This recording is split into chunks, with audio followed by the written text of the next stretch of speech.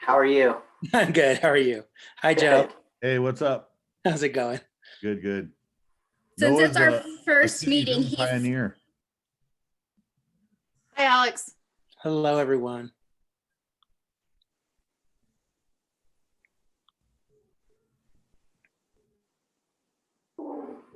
Where's the raise hand button?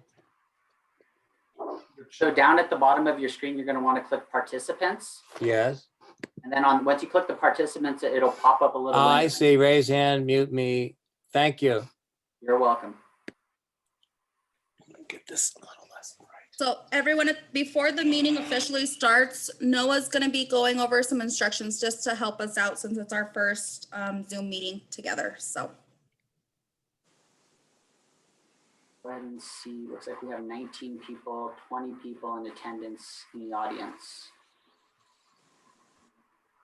And if you guys would like to know how you can see who's in attendance for the audience, there's two lists. When you click on the participants, one of the tabs shows panelists. That's everybody who you see on your screen.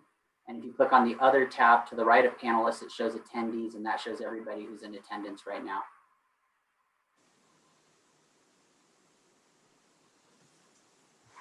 Counselor Villarreal is there. I don't know if you want to let her in. I can't. I haven't made a co-host yet.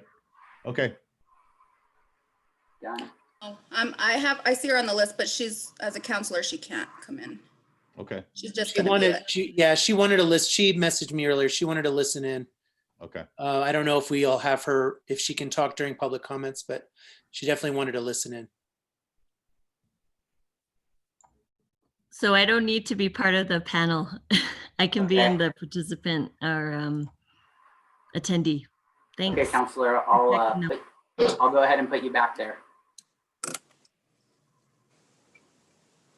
So I think all we are waiting for is Alma. I don't see her on yet. And Jorge said that he may or may not attend, depending on his connectivity.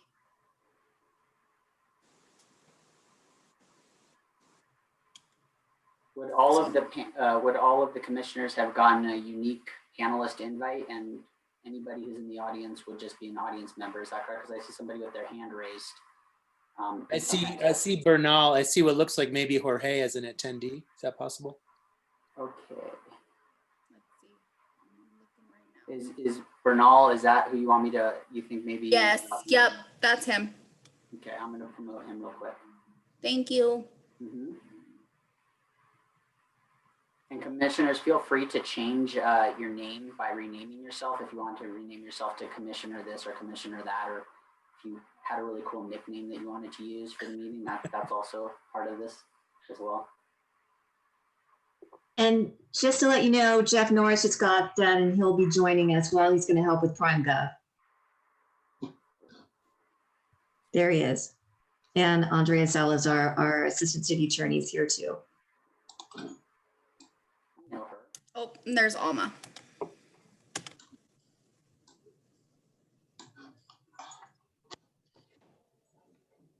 So it looks like we are all here. Oh, good, As far Jorge. as- I'm glad you made it. Bye. We have a full 9, Armenia? You're on mute, Armenia. Sorry. Yep, we have Alex, Andrea. So let's go ahead and let's call the Yep. meeting to order and we'll do the roll call, but I'm thrilled to see you all virtually all together. This is exciting. So Alex. let's go ahead and call it to order. And is Noah going to talk first? Alex, yes, yeah. Okay, We're gonna let go Noah ahead and then talk we'll call before. to order. Thank you, Chair and Commissioners and members of the public. Good evening. I just wanted to go over some ways that this meeting will be run in terms of participation and how you can actively participate in tonight's meeting. The way that this is going to be run is the chair will call on public comment when the time comes for that. If it is an issue you wish to speak on, when the chair calls for public comment to be open, use the raise hand function that's located on the bottom of your screen. And we will call on you in the order that your hand is raised. Each participant will be given 2 minutes to speak after you're called and allowed to talk. You'll have to unmute yourself when we allow you to talk as a participant.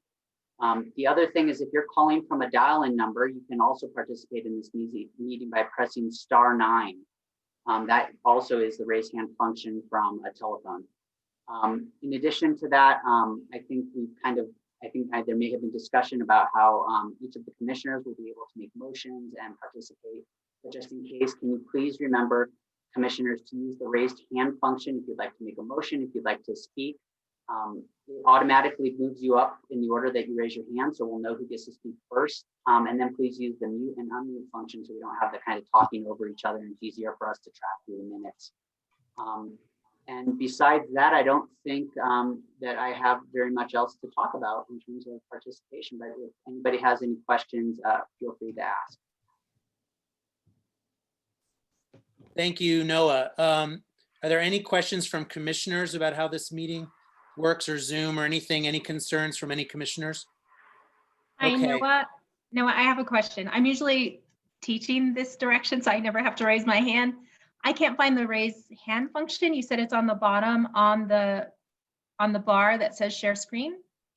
Yeah, thank you, Chair and Commissioners. Are you using an iPad or using a desktop? I'm using a laptop. A laptop? Okay, so you should be able to click on the participants list on Okay, the bottom of your screen. Once that opens, there should be a raise hand function right below at the bottom of the panelist list. I got it. Thank you so much. You're welcome. Anyone else? Okay, I will call the meeting to order. Armenia, if you would do the roll call, please. Alex Hannah, Here. Andrea Hanley, Here. Alma Castro, Here. Adele Mahanasco, Here. Bernadette Ortiz, Here, David Scheinbaum, Present. Zilda Trujillo de Martinez. I see you, Exilda, but you're on mute. Unmute yourself. here. There you go. Jorge Bernal,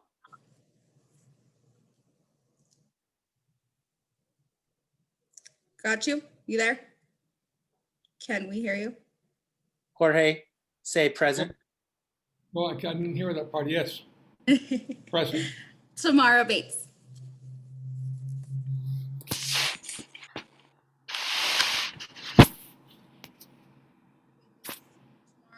Nope, you're there. Okay, so do we have a quorum? I'm assuming we do. Yes, you have a quorum. Great. I'm so thankful that every commissioner, and we have a full set of commissioners, are all here.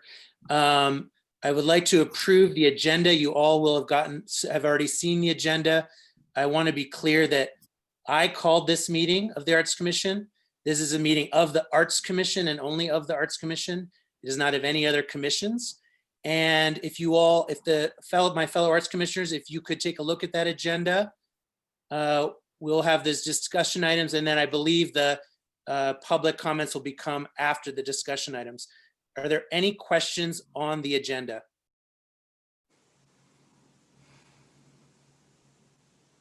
May I have a motion to approve the agenda? I so move. May I have a second? I second. All those in favor say aye. Aye. Aye. Great. For the sake of voting, Armenia and Noah, is a raising the hand good enough, or do we need to always unmute and say aye? Chair, Commissioners, since this is a virtual meeting, each board member, it has to be a roll call vote. So each board member has to call out their name and vote yay or nay, or Okay. approve or disapprove. All right, great. So just in the future, when we do a yay or nay, which we'll have a few at the end, I think, let's just be sure we're unmuted and saying clearly our names, and that we're saying yes or no. So it may seem like eons ago, and it was like a different era in time. We had a meeting. Our very last meeting that we were allowed to have as a commission was in March. We have meetings from that March meeting, which you may or may not recall very well. It seems like a time capsule. If you all could look at that meeting, those minutes, hopefully you already had a chance to look at them, but please glance at them again briefly. And let's make sure that everything is correct, everyone's name is spelled correctly, etc., from those March minutes.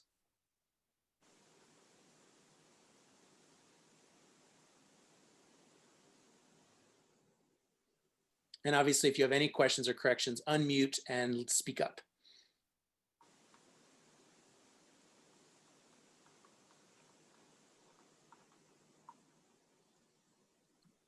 All right, assuming everyone had a chance to look at them beforehand, if I could get a motion to approve the minutes from March.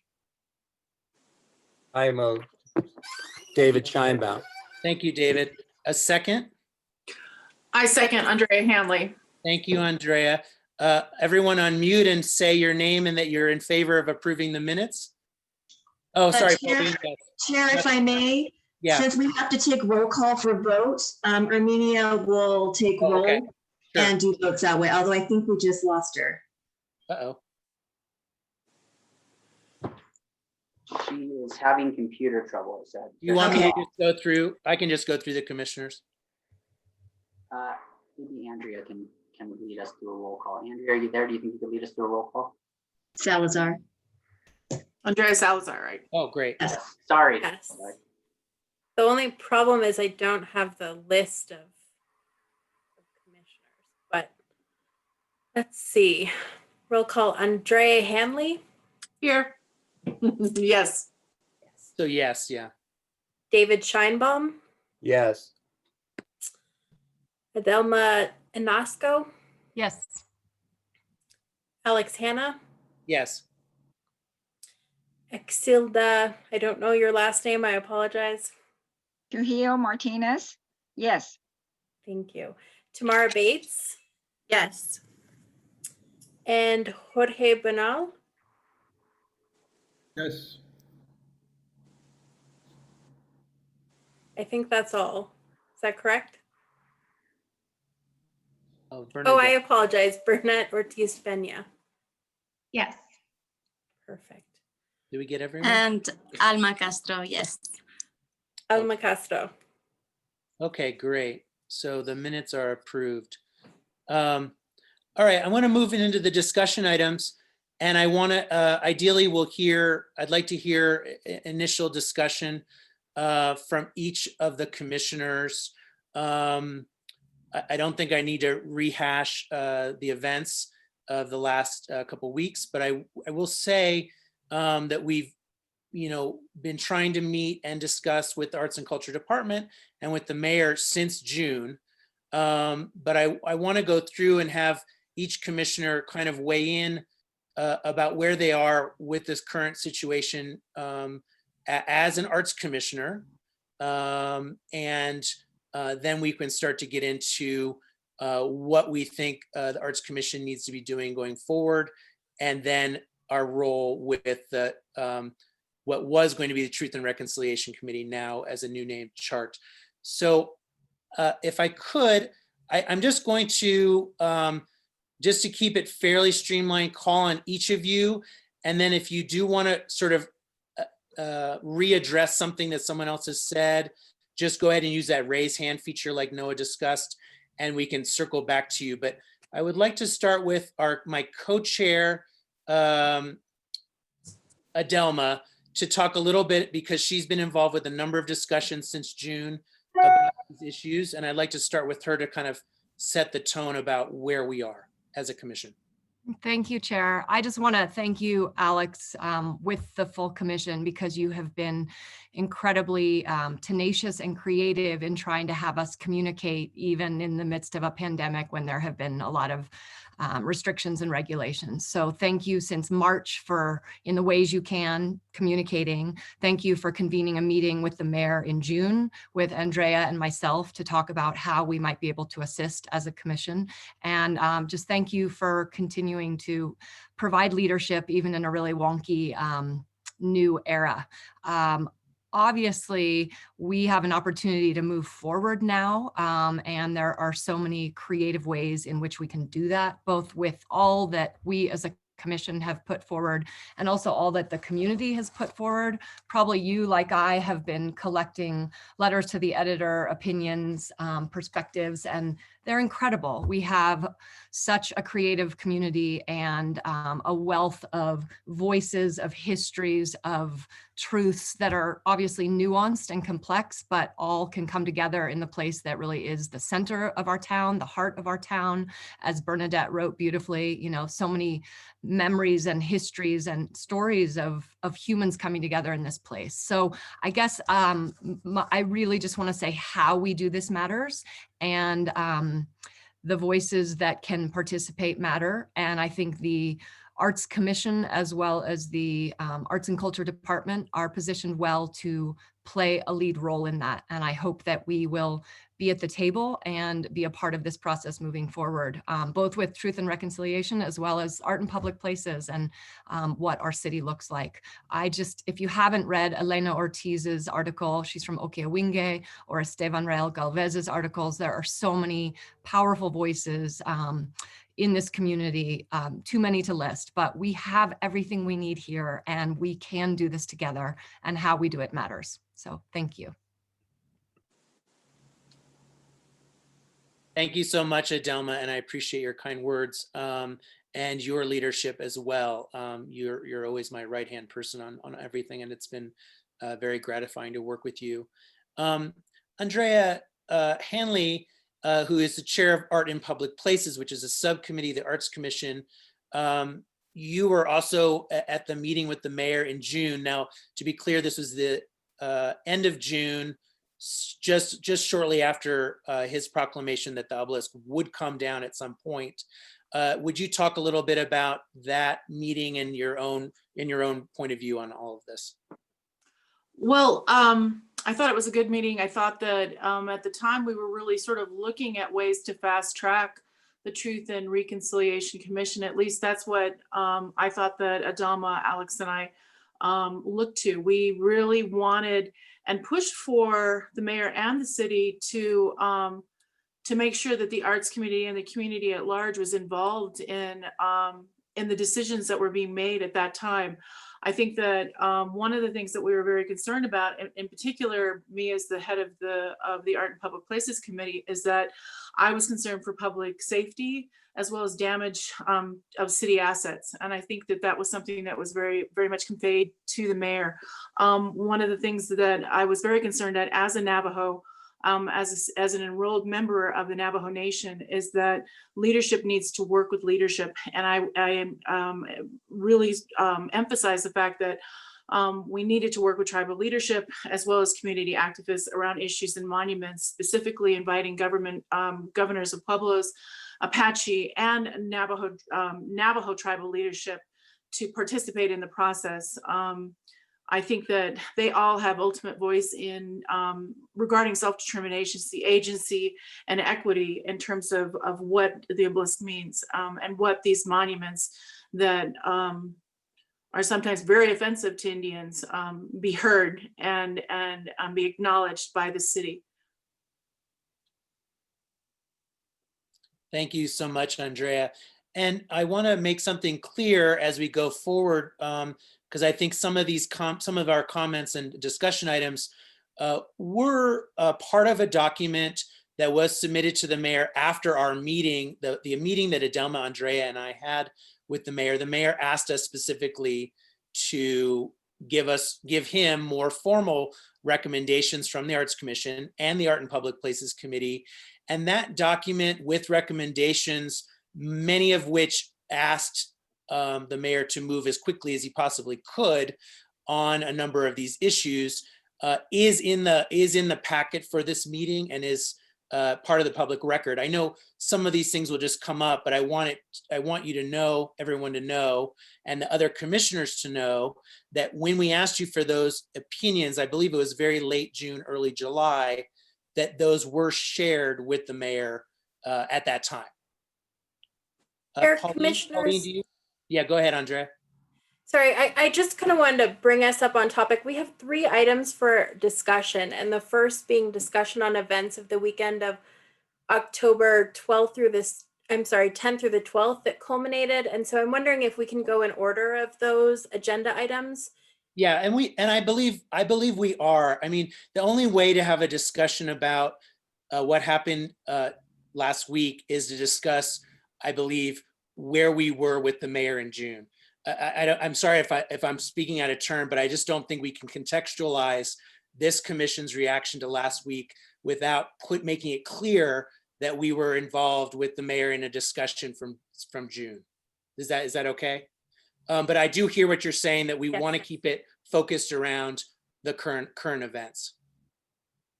Pauline, Yes. did you want to add anything about the public record or that document that's in our packet, or anything about the timing of that? If I've gotten it wrong, Pauline, please weigh in on that. No, that we sent out a survey requesting feedback, and then that was compiled and first given in August 4th. And then we did a full unabridged, unedited document, and that was sent out on September 23rd. And so that is a document that is attached to the agenda.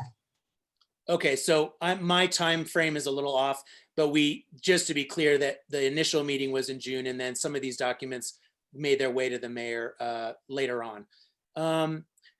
I would like to call on David Scheinbaum, if you would reflect a little bit on this current events of the last week and your feelings. Thank you, Alex, and thank you again for all the work you're doing, and staff and everybody. I'm glad to hear you say that, in July, we were asked to write our feelings about what was happening in July. And I know you included those statements in our packets today. I actually was a little doubtful that they even went to the mayor, so I'm glad to hear that they did indeed go to the mayor's office. But I'm frustrated, and I'm a little outraged actually now that I know it went to the mayor's office for sure. I'm not proud to say this, but almost everything written on these documents by the arts commissioners has come true. All the cautions we offered about acting quickly and not dragging his feet to create the Truth and Reconciliation Committee, all of these things we've addressed as a group. I think we're not maybe 100% total agreement, but we were on total agreement about the importance of acting quickly. We all saw, what happened coming. And if this was given to him in the beginning of August, we wrote these in July. First of all, I never received a response. I don't know if there was a response from the mayor's office. And I don't mean to disrespect the mayor, but the truth is, we all spent a lot of time, I'm sure, writing our feelings, why they were not addressed, why nothing happened.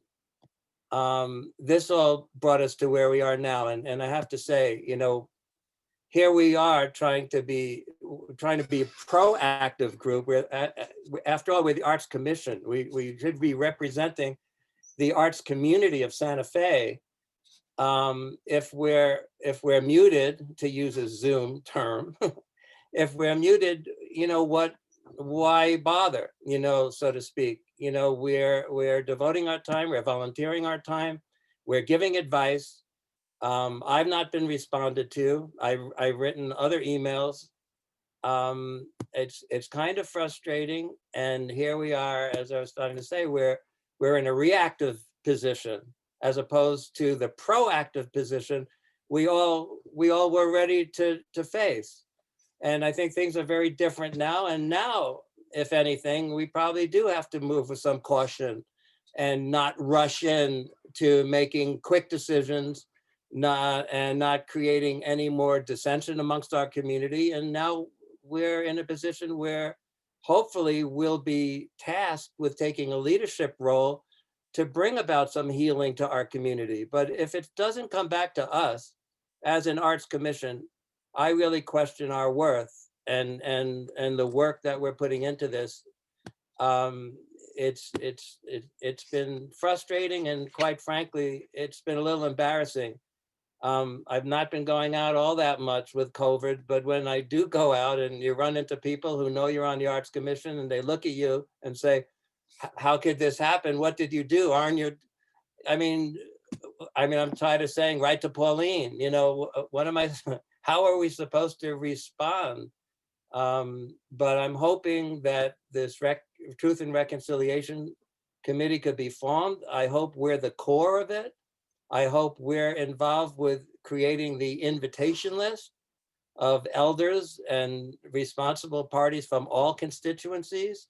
And I hope we could begin the process of bringing our town together and coming up with some solutions that are acceptable to all parties. And it's not impossible to do that. Someone just has to put the energy into it. David, thank you. I appreciate your being here and your thoughtful comments about the situation. Exilda, I would love to hear from you if you would. Thank you. Thank you so much.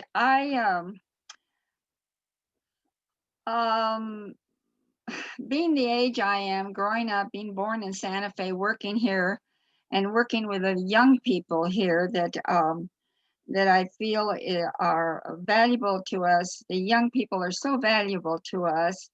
We need to, of course, consider them greatly in any process that goes forward.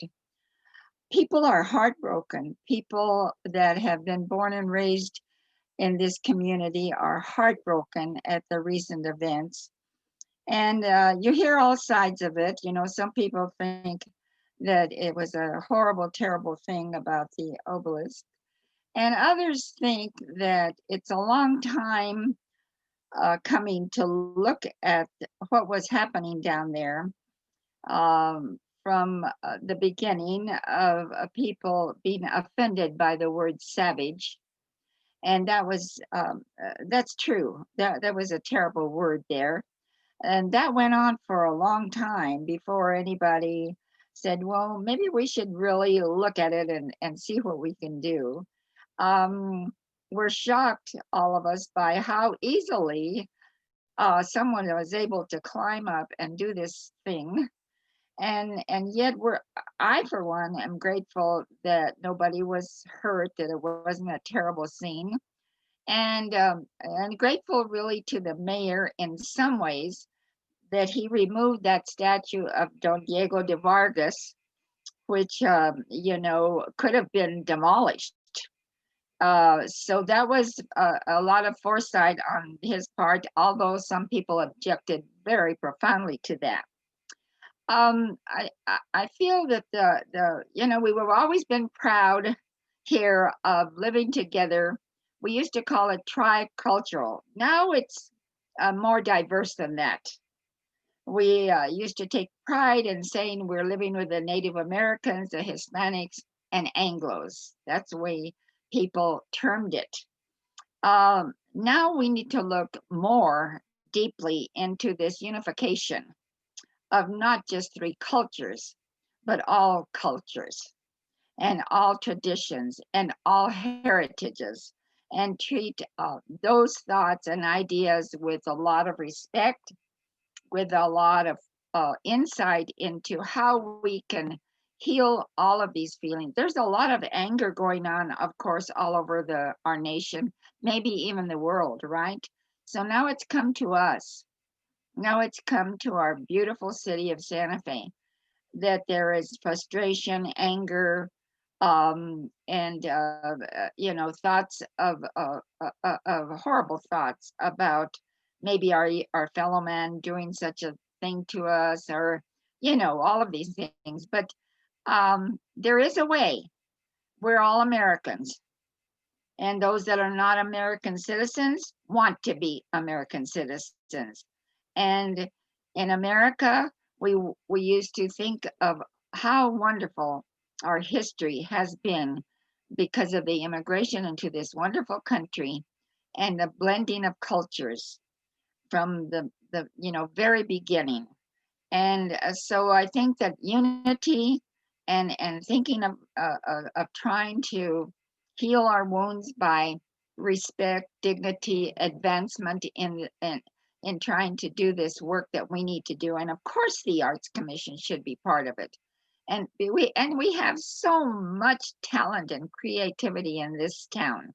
Surely we can come to a place where we can say we can use the artistic beauty and talents that we have here and use our history of working together, of unity, to make something wonderful happen after all of this. So I think we can do it.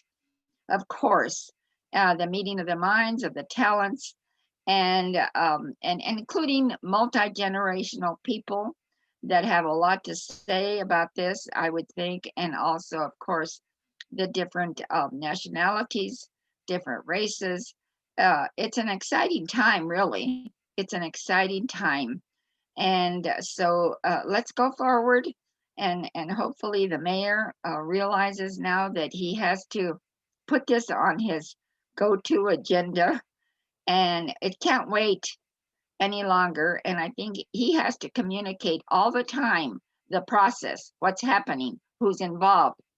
Let's be transparent. And so those are my thoughts, and I thank you all for listening. Wow, Exilda, that was amazing. And let me just tell you, I'll be a little sappy for a second. The very first Arts Commission meeting, I sat down next to you, and I just have always felt so honored to be on this commission with you and your thoughtfulness and your wisdom. So thank you so much for being here on a Zoom call and sharing your thoughts with us, truly. Let's go to one of our newer members. Let's go to Alma Castro, please. Wow, no, well, thank you so much, Exilda. Alex, you took the words right out of my mouth. That was amazing. It's an honor. And just to reiterate, I think it's really difficult being from Santa Fe and seeing such a huge rift in our community and seeing people hurt and seeing people in their own families having difficulty talking about these issues. One of the reasons that I came onto the Arts Commission was I went to an amazing expo through Little Globe talking about the different kinds of people being pushed out of Santa Fe through economic diversity, which we want, but also our community maybe feeling a little bit of the struggle in not being able to live in the same spaces that they had for many, many years traditionally, and talking Upper Canyon Road and things that we're getting priced out of. That being said, I think everybody, including yourself, Alex, and Adelma, talked about this being an opportunity to move forward and to have those difficult conversations and to find spaces, the Plaza downtown, talk about the mural with Gilbert Guzman, a lot of different spaces around town where, like it or not, these conversations are being forced. So yeah, let's be at the forefront. I hear what David said about, not knowing what to say to people out on the street sometimes and saying, we're going to come out with a statement. Things are happening. We promise we're working on this. But when people don't see that work come to fruition, it can be frustrating. So as long as, we can be transparent, like Exilda just said, and let them know that we're working, I think that's really important.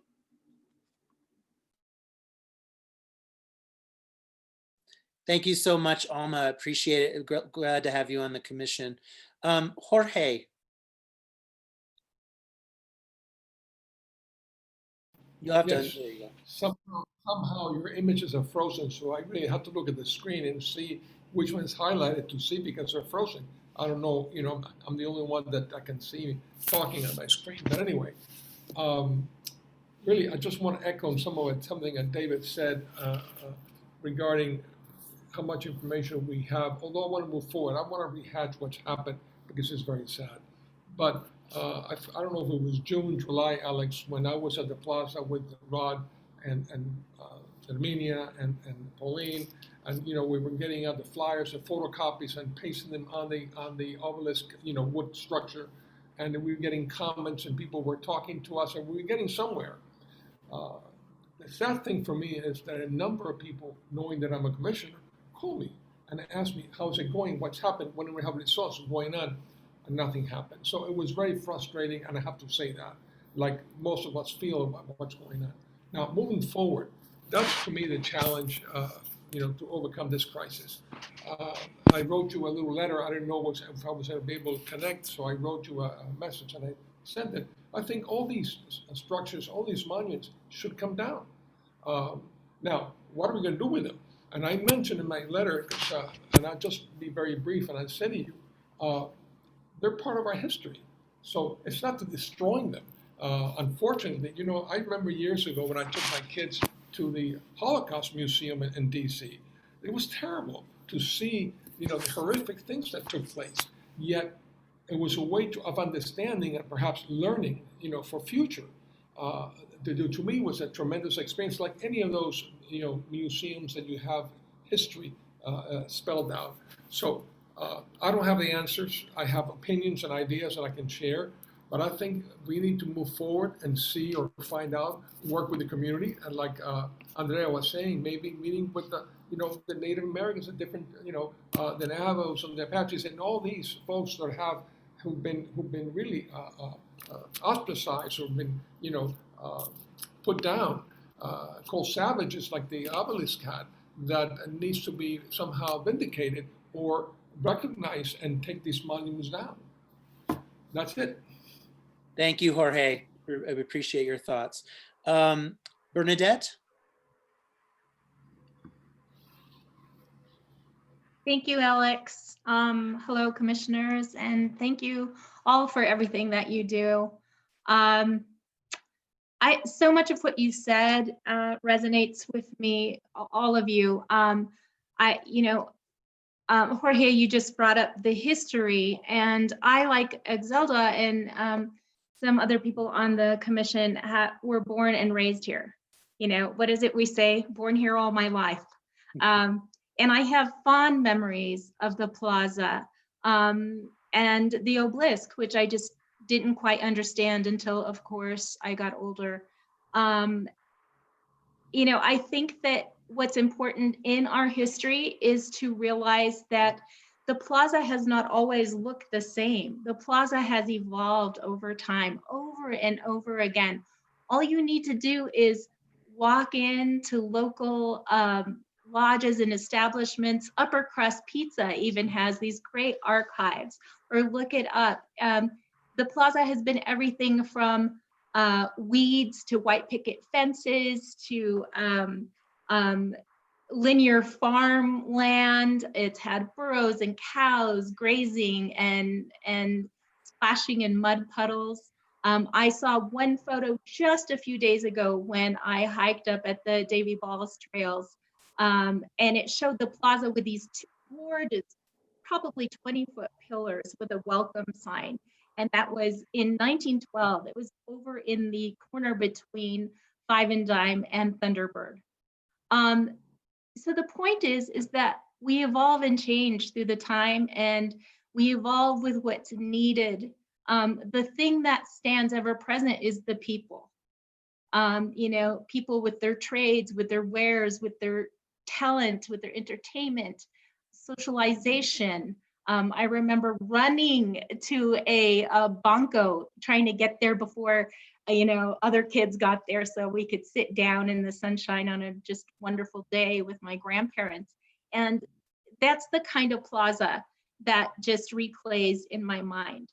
I'm super excited to be here. I think maybe the longest running commissioner here, the oldest.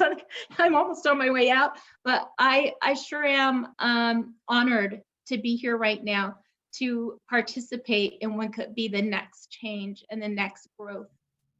You know, we often see Gandhi's, you know, quote, "Be the change you wish to see." Well, here's our opportunity. Let's walk the walk. I'm a teacher, and I tell my students, you need to walk the walk. You can't just talk about it. Along with Exilda, I also think that what we have started should continue, and it should continue with our youth, multi-generational, multiracial, cultural, and I think we can reimagine a plaza that we can be proud of and may even evolve and change in the future with our children and our children's children, depending on what happens. But as Jorge said, this is history, and we need to learn from this, and this needs to be archived. This needs to be something that we can learn and grow from. Thank you so much, Bernadette. I should have started with you for seniority purposes. But we appreciate your log service with the Arts Commission and your thoughtfulness, especially. Tamara, another new commissioner. Welcome. Hello. I'm going to be brief because I do think that, almost everything that I would feel has already been expressed. I do think that the comments that the commissioners made over the summer, like everything was there, that was the plan, and that should probably still be the plan moving forward. With whatever, Alex, what did you say the commission is called now? Well, it's the Arts and Culture Department, but we're still the Arts Commission advising the Arts. No, but the Truth and Reconciliation is called something else. It has a new name, but I can't think of it off the top of my head because it's brand new. But I think it's anyway. The idea is the same, I believe. So one thing that I would have appreciated, just when even the original question was asked, we were asking the commissioners to weigh in on the murals and the monuments, and everything was lumped together. And there also wasn't a list of like which monuments, which murals. So I think whatever process moves forward, and I know Matthew Chase Daniel, I think, wrote this too, like there probably needs to be a whole list, and that's maybe what Andrea Henley's committee is doing, is like looking at all the public art. And there's probably several things that need to be revisited that maybe haven't even come up yet in conversation.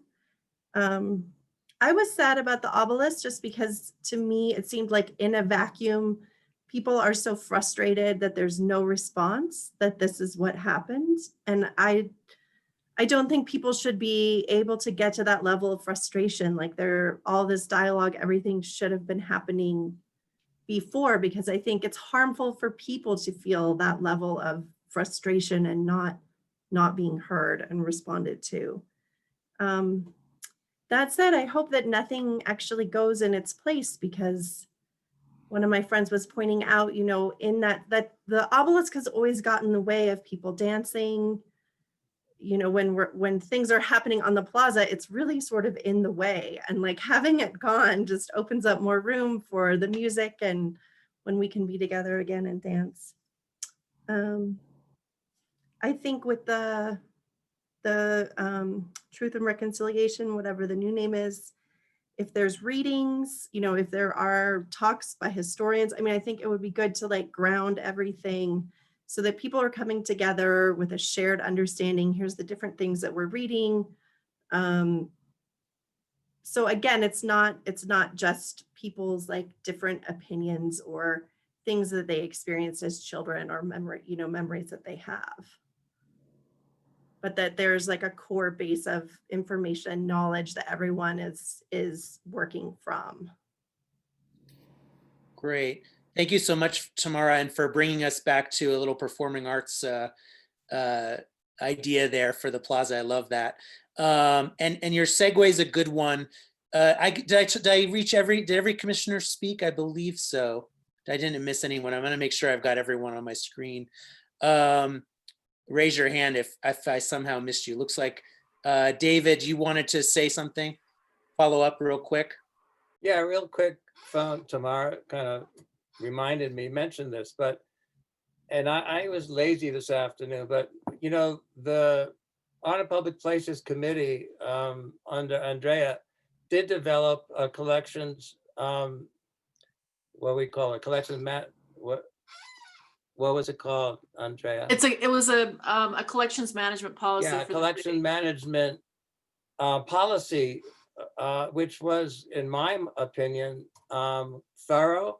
It dealt with art, all the public art. It dealt with the murals. It dealt with sculptures. It dealt with accessioning and deaccessioning. It's dealt with protection. It dealt with conservation and preservation.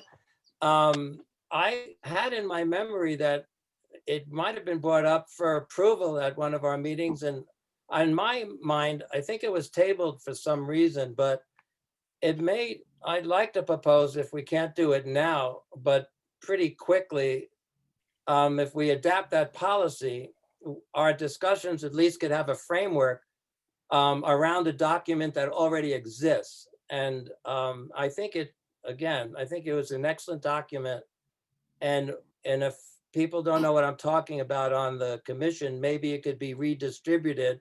And maybe that's something we can vote on online during the week or however it would be appropriate to do that. So- Thank you. So David, thank you. Thank you for bringing that up. Andrea, hold that thought for 1 second. Because you're basically segued us, because I'm sure Andrea Salazar is going to give me a hard time. You're segueing us into discussion item B officially, which is the role of the Arts Commission. And to be clear, the Art in Public Places is a subcommittee as part of the Arts Commission, really. And anything the Arts in Public Places committee recommends is voted on by the Arts Commission and then moves its way up through the city government. And I think it's an important point, and I do want to circle back to it.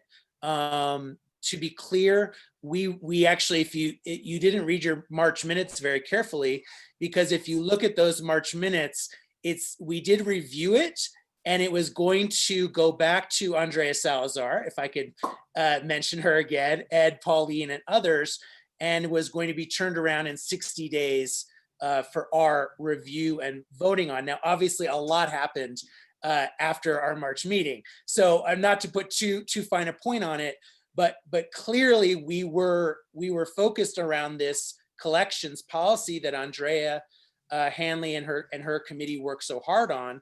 And I do think it's a crucial piece here as part of our role as Arts Commission.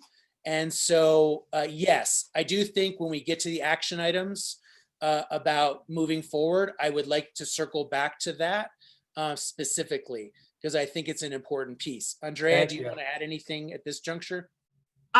I mean, I'm basically just wanted to say the same exact thing, is that I felt it was really important for the city to have a collections management policy because there wasn't one in place.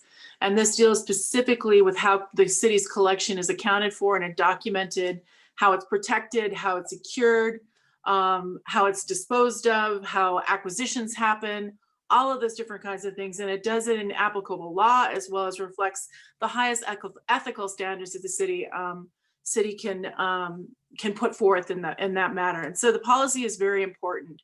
And we worked on this for a very long time. I think that a lot of things that happened in the city since then, including what happened at the obelisk, and as well as what's happening with a number of the monuments, this pertains to it. And I'm sad that the policy isn't in place for us to be able to look at it and have it guide us in some of the ways that I think it could be helpful. And so I'll wait for us to talk about this in the future, but I just think it's important for us all to acknowledge that the Art and Public Places Committee did create this policy, which is over 70 pages long.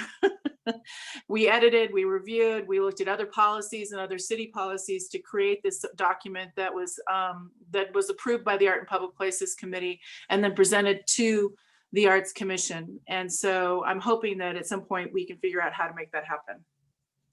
I remember how long it was because you made me read it like 5 times. So I want to circle back to what is the role of the Arts Commission. And if you don't mind, I'm actually just going to read the ordinance. Erminia, will you let me read the ordinance, or would you like to read it? Actually, I'm gonna hand the mic over to Andrea Salazar, and she will be reviewing this with you all. Okay, great. Andrea, you want to take it from here on the ordinance? Yes. So thank you for joining us tonight. I am doing a presentation that is long overdue, discussing both the role and the Opens Meetings Act and kind of how it's evolved as we're sitting here in COVID times. So the overarching Santa Fe City Code 6-1.1 says the commission, this art commission, shall be advisory to the governing body and shall initiate, sponsor, or conduct alone or in cooperation with other public or private agencies, public programs to further the development and public awareness of and interest in the fine and performing arts and cultural properties. The commission shall organize and adopt administrative rules and procedures necessary to accomplish this purpose. Underneath that section is what the Art Commission duties to advise and make recommendations are. And so these 9 items are what this commission comes together and assesses. So make recommendations to survey and assess the needs of arts, both visual and performing within the city. This is probably where you're looking at currently, is identify existing legislation, policies, and programs which affect arts and evaluate their effectiveness. Encourage the use of local resources for development and support of the arts. Accept offers of gifts from, and these 2 prongs are either from government entities or personal people or corporations. The next is advise the city concerning the receipt of purchase of artworks to be placed in municipal property. Advise and assist with occupancy tax advisory board in connection with the administration of occupancy tax for nonprofit performing arts and attractions. Utilize the services of the executive director and such of other staff as are available to said commission, and advise and assist the city in connection with such other artistic activities as may be referred to by the city. So those are your duties and your recommendation purview. The next I want to talk about is the fact that you haven't been able to meet. So advisory committees have been postponed under COVID, and this is some information about the reasons behind that and how we're selecting what happens. So during this public health crisis, the city has suspended all advisory committees for any business that's not eminent emergency or required by law. The Attorney General has given us guidance that meetings that are held, the public has to be able to attend and listen. That is what the designation under the Open Meetings Act. So that's why we're convened under Zoom and on YouTube currently. In order to host these meetings, the city manager must authorize that the meetings are given appropriate resources, which is the YouTube channel. We have 2 channels, and we already have a number of meetings that meet, and so sometimes they're in conflict. But it goes through the city manager to make sure that we can host a meeting. The Arts Commission as an advisory committee is subject to the Open Meetings Act, and the meetings have to allow for people to attend and listen. That is important. But also when you convene as a quorum, you make decisions and advisements and recommendations to the governing body. And doing such, you cannot come together either via email or in a private meeting and it not be subject to the Open Meetings Act because you are a public body meeting. So whenever there's a quorum, there has to be an agenda and notice and minutes. This is about the Open Meetings Act. This is the designation you have. Arts Commission is a standing committee subject to OMA. And I also wanted to talk to you a little bit about the reorganization that has happened. So Arts and Culture, the department, is now a division of the Community Development Department. So 2 ordinances have gone into effect. Ordinance 20-3, which has created the Arts and Culture Department, and the director has these tasks laid in front of her, these 7. The ordinance 2020-22, which just recently was adopted, reorganized the Arts and Culture Department under the Community Development. The reason behind discussing this is that the reorganization itself will probably shift some of the ways that we perform our duties. And if you have any questions for me, I'm happy to answer them. But now that you've kind of looked at what is supposed to be talked about and how to move forward, I think you can discuss the remainder of your business. Great, thank you so much. Do any other commissioners want to make a comment on that? I'll just say, from my reading of the ordinance that set the Arts Commission in place, it's a pretty broad, pretty big task in terms of its cultural relationship with the city. And Art in Public Places has its own ordinance and information around that, which we won't get into right now, but obviously falls under the Arts Commission. Any other comments on that? I raised my hand and now I'm being rude and jumping in. Just Forgive jump in, yeah. I just wanted to thank you, Andrea, for that presentation, and I want to thank the city. I know resources are really limited. I know you all are working around the clock and have had to evolve, and we really appreciate it. And within that, I would call this emergency at this point. And I think our being able to meet monthly or whatever it is, every 2 months, in some capacity, being able to continue to have Arts Commission meetings so that we don't go another 7 months. This is an emergency. So thank you for triaging this and including us in, I know there are so many things you have to consider right now, budget, water, a health pandemic. I mean, it's coming from every direction. So again, with deep gratitude, I respectfully request that we consider the state we're in right now an emergency with the Arts and Cultural Assets and the Truth and Reconciliation Commission. Thank you. Great. Anyone else want to weigh in about the role of the Arts Commission in the city and more specifically around these issues? Please feel free at this juncture.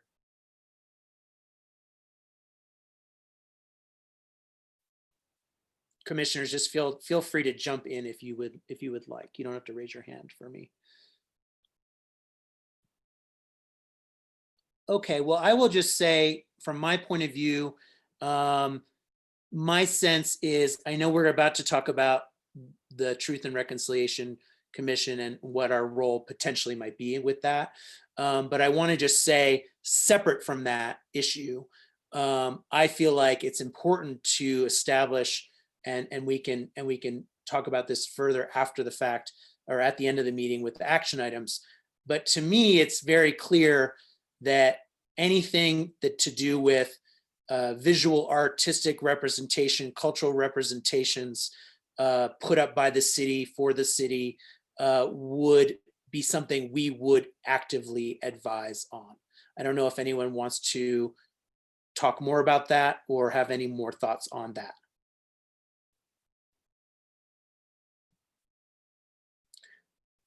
And I will say, in addition to that, and Pauline, I'd love to hear your thoughts on this.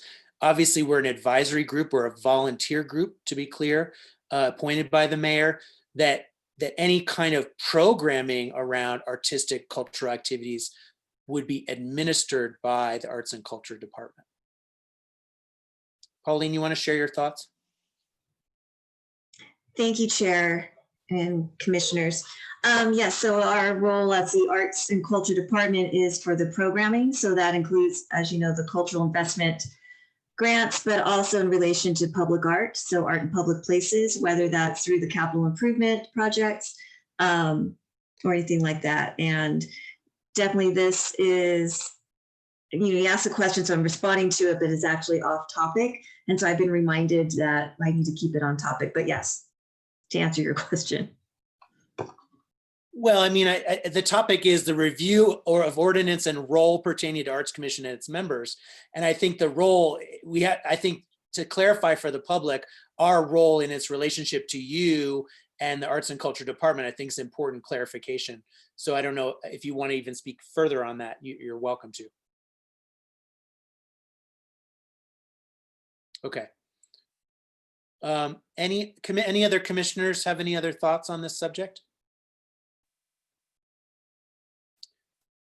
So let's, and we'll circle back around to some action items on this topic, but for now, let's move to discussion item C, discussion on the role of the Arts Commission in the Truth and Reconciliation. I realize that the mayor and city council have changed the name, but for the sake of this meeting, since this is what we have on our agenda and just for simplification, to simplify matters, I'm going to refer to it as the Truth and Reconciliation Committee as proposed by emergency proclamation on June 26th by Mayor Weber. What I'd like to hear from the commissioners, we don't know yet. I don't mean. Yeah, go ahead, Armenia. Chair, I got to interrupt you. I'm sorry. Sure. Before we start going to the action items, I'm sorry, it's not on the agenda, but we do need to hear from the public. Yeah, and before I'm you guys- on C of discussion items. Okay, sorry. No, Making that's sure. okay. Keep me. I told you to keep me in line, and you're doing your job. So that's good. Well, how about? Go ahead, David. I'll be glad to repeat myself, but to begin the conversation, but I would hope, and I don't know if this meeting is enough or if we have to agree to draft a memorandum to the mayor, but I would hope that the Arts Commission would be looked upon as the core of the committee in terms of who will be participating on the committee, what voices will be heard, what agenda items will be, and what the committee will be tasked with. But since we are indeed the Arts Commission, we're a diverse group. We're I think we've established through our comments that we're a very representative of the Santa Fe community in virtually every way.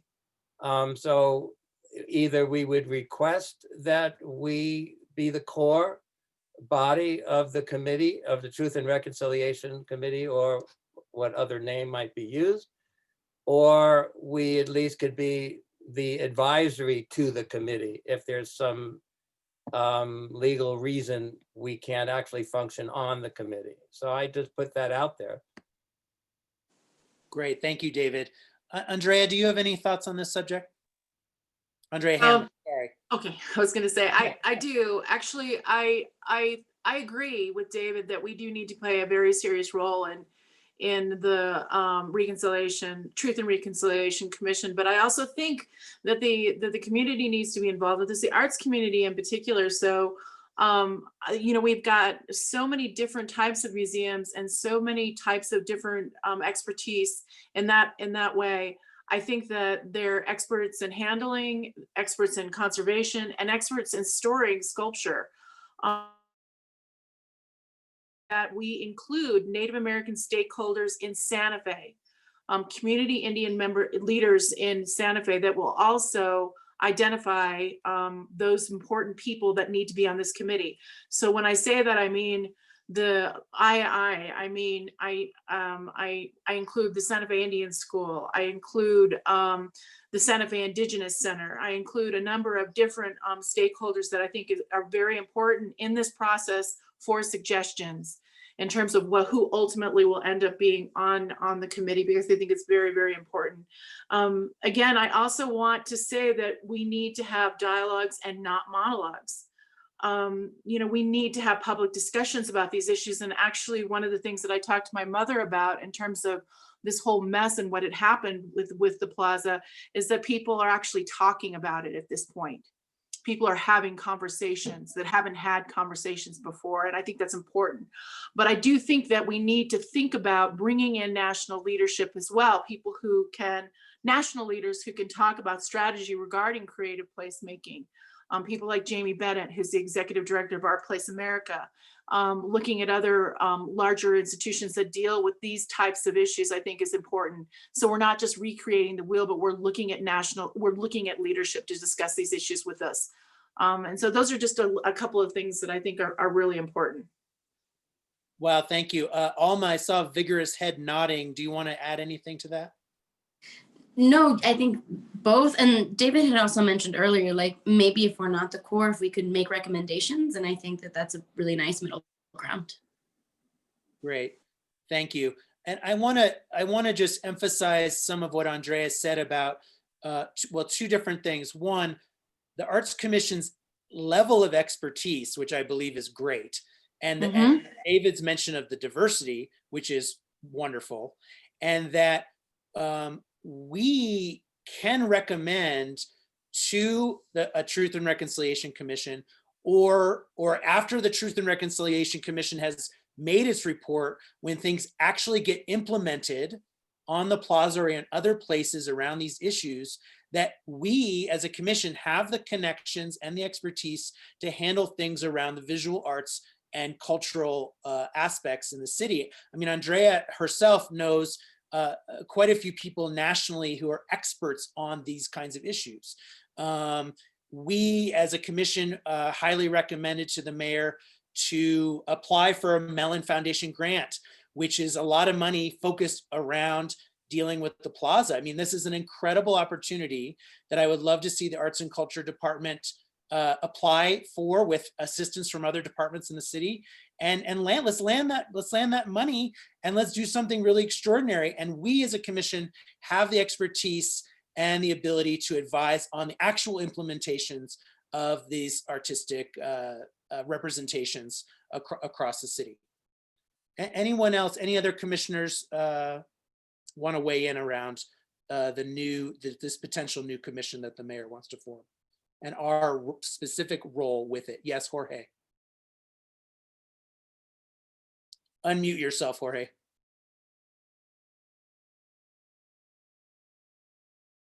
No, you're still muted.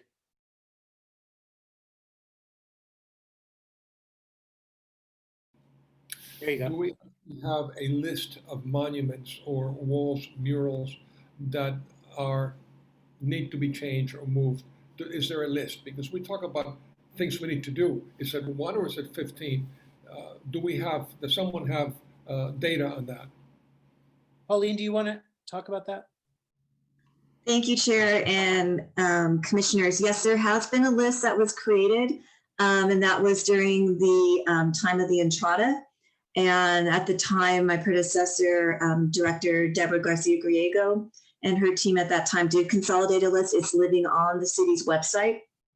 It's probably a list that needs to be reviewed and updated and added information, but there is a list that does exist. Okay. Great, thank you. I thought there was. The mayor has actually mentioned it, I think, in passing a couple different times. Other commissioners want to weigh in about this? Adelma. I don't think it's just semantics, but I want to say this is not just the commission, but it's the Arts and Culture Department and the capacity that you all have in terms of doing so much with programming, with grant making, with reviewing, with producing exhibits, et cetera, et cetera, et cetera. So I just want to make sure we're not only talking about the Arts Commission, but we're also talking about the larger Arts and Culture Department. Thank you. Thank you. Agree 100%. Thank you for clarifying that. Other commissioners want to weigh in on this subject before we get to public comment?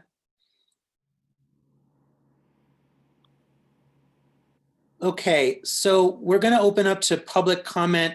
Armenia and Noah, if you want to help with this, I believe we're just to listen, right? And they have a max of 2 minutes. Do you want to explain anything further? Chair, Commissioners, I just wanted to clarify for the record that, and Andrea, maybe I missed a little bit because I had to start another meeting, that we are actually having a public hearing. So you are opening this up to a public hearing. Okay, and so I don't know, does there need to be a motion to make it a public hearing? Or is it just able to go straight to public hearing, Andrea? Sir, I believe you have the power to state that it is a public hearing and you will hear public comment. Okay, so I just need it. So this is a public hearing. I think that was established early on in the meeting, and we welcome that the public is here, and I hope they've gotten something out of this meeting, and I look forward to hearing their thoughts. I assume, am I correct, Andrea Salazar, that we don't need to comment on their comments? We're just here to listen? Chair, Commissioners, that is correct. Okay, great. So I don't know who, Noah, do you want to run that in terms of who speaks first and keeping the time limit? Can I ask a quick question? Yeah, David. Is there a way, I apologize for my technical ignorance, is there a way we can see who is speaking? Is there a button to press? Chair, Commissioners, what will happen is when I allow them to talk and they unmute themselves, there'll be a little black box that shows their name, and they'll be able to speak for 2 minutes, and then after 2 minutes we'll stop their comment, so we'll mute them, and then we'll go on to the next one, to the next person as the chair pleases. Thank you very much. Great. Go ahead. Anyone else? Any other commissioner comments or concerns? Okay, great. Go ahead, Noah, if you want to go ahead and run that, and we will listen carefully to the public comments. Thank you, Chair, Commissioners. Members of the public, like I stated at the beginning of the meeting, if you would like to comment on this matter, please use the raise hand function right now. We'll call you in the order that you raise your hand. You'll be given 2 minutes after you unmute yourself to speak, and then we'll cut you off after 2 minutes. If you're calling in, please press *9. So Chair, it looks like the first person who would like to speak is Daryl. Daryl, go ahead and unmute yourself and you'll be allowed to speak for 2 minutes. Can you hear me? Oh, I'll be quick. I enjoyed the meeting. Someone mentioned writing that was being done about the obelisk. I just wanted to mention I have a piece that will be in the Reporter to borrow, Darrell Lorenzo Wellington. So you can add that to your list. The only thing I would say about what was said, and I think you should also just think about the definition of what art is. Art is not to express partisan opinion primarily, though it can make you empathize with someone's partisan opinion. But what art does do is contextualize a diversity of opinion. And I find that amongst administrators, and this is not specific to Santa Fe, I mean all over, there's often a feeling that contradictory commentary that butts heads enhances tension. And as someone here more or less said, it actually reduces tension. It reduces tension because it increases a feeling of inclusivity. And that's all I had to say. I actually very much like listening to you. Goodbye. Thank you, Daryl. Go ahead. The next member of the public is going to be Elizabeth. Elizabeth, go ahead and unmute yourself and you'll be able to speak. Good afternoon. This is Elizabeth West.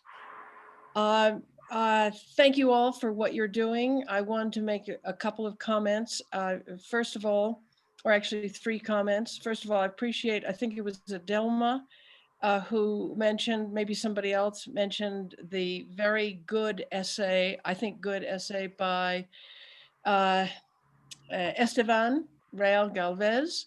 I believe he wrote it in August or something, or at least the essay that I read having to do with the center. I think it's an excellent essay, partly because my second point is I want you to also remember to consider the importance of our history, our cultural history. And of course that's entwined with art, but I am a little worried that the cultural history is going to get lost in the shuffle. And my last comment quickly is, oh gosh, what time is it? Anyway, is that what you were talking about is that I believe is a need for process.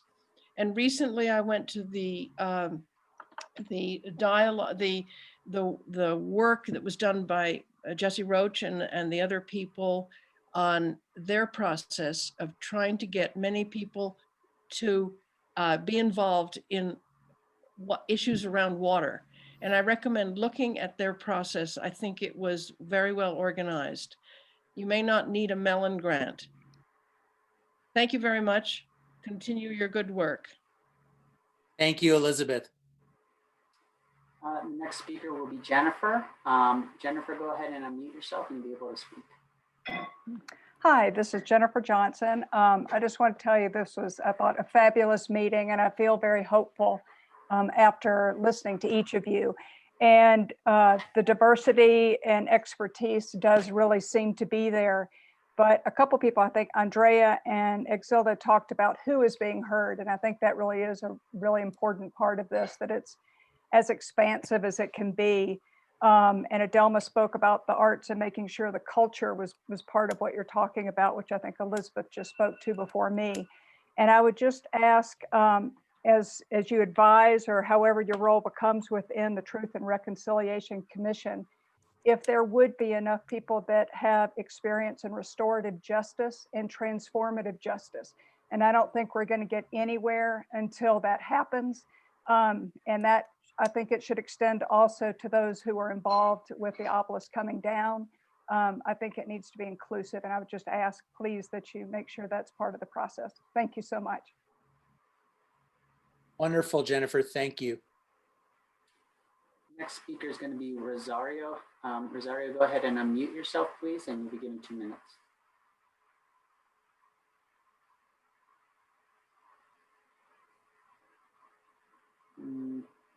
Maybe technical difficulties.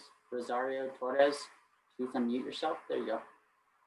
Okay, I am Rosario Torres, and I was at the plaza on the 12th.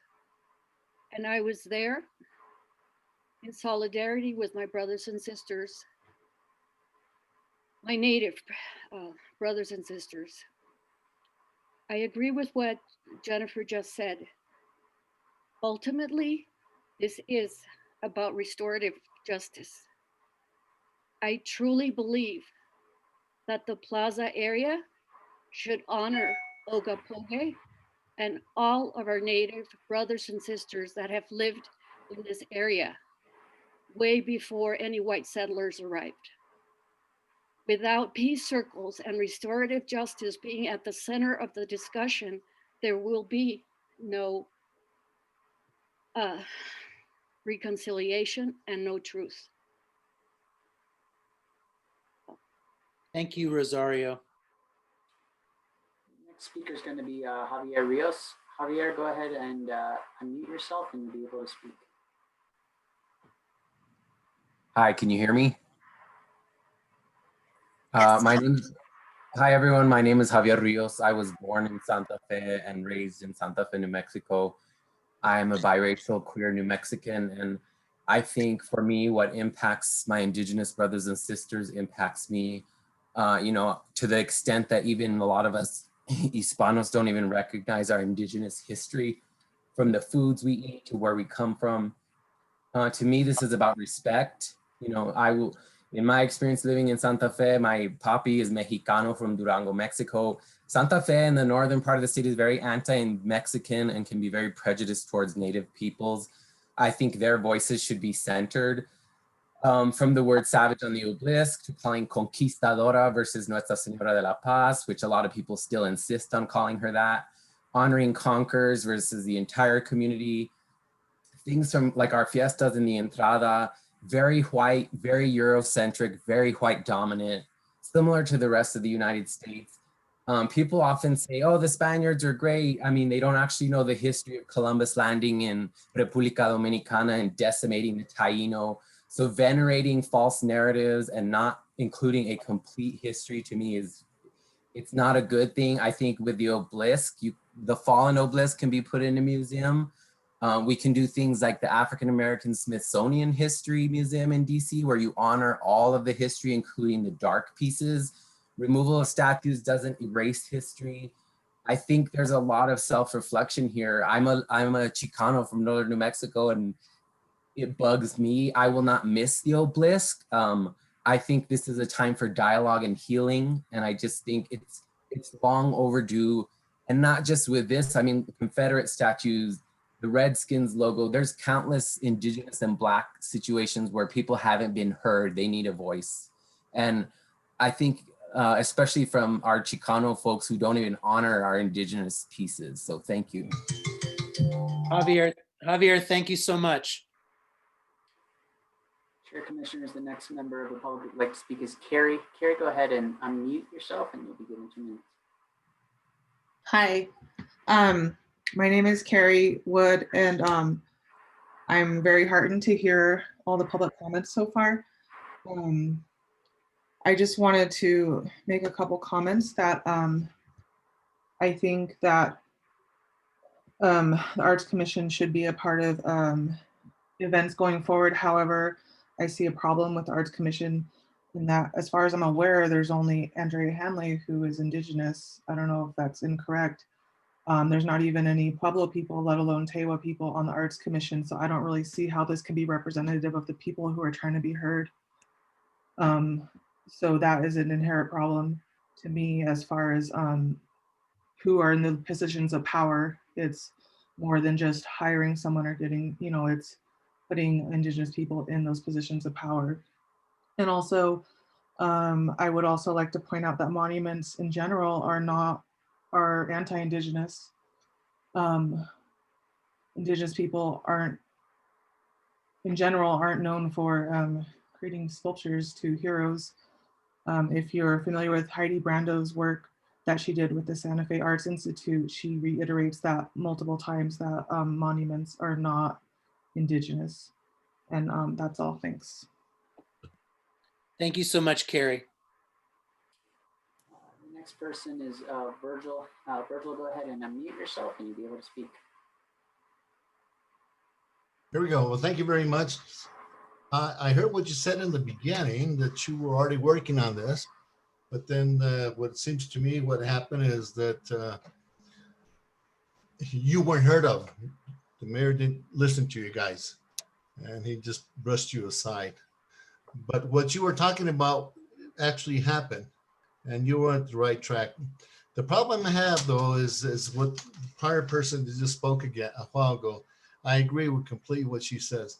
Now, what I have heard is I heard Jorge and Andrea, I think. Andrea said that she wants the Navajo and Apaches to participate on this. I might remind you, at no point did anybody address the Pueblos. This is about the Pueblos, not the Apaches, not the Navajos. These Indian groups are from over 200 miles away. This is about what happened here and in the 1600s with the Pueblo Indians, but nobody has addressed the Pueblo Indians.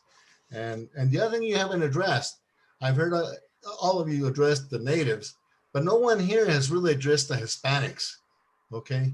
No one here came up with a Hispanic organization or a Hispanic name. So you're not being all inclusive, okay? You need to include these people too, because they count. Let me tell you, you gotta be more inclusive.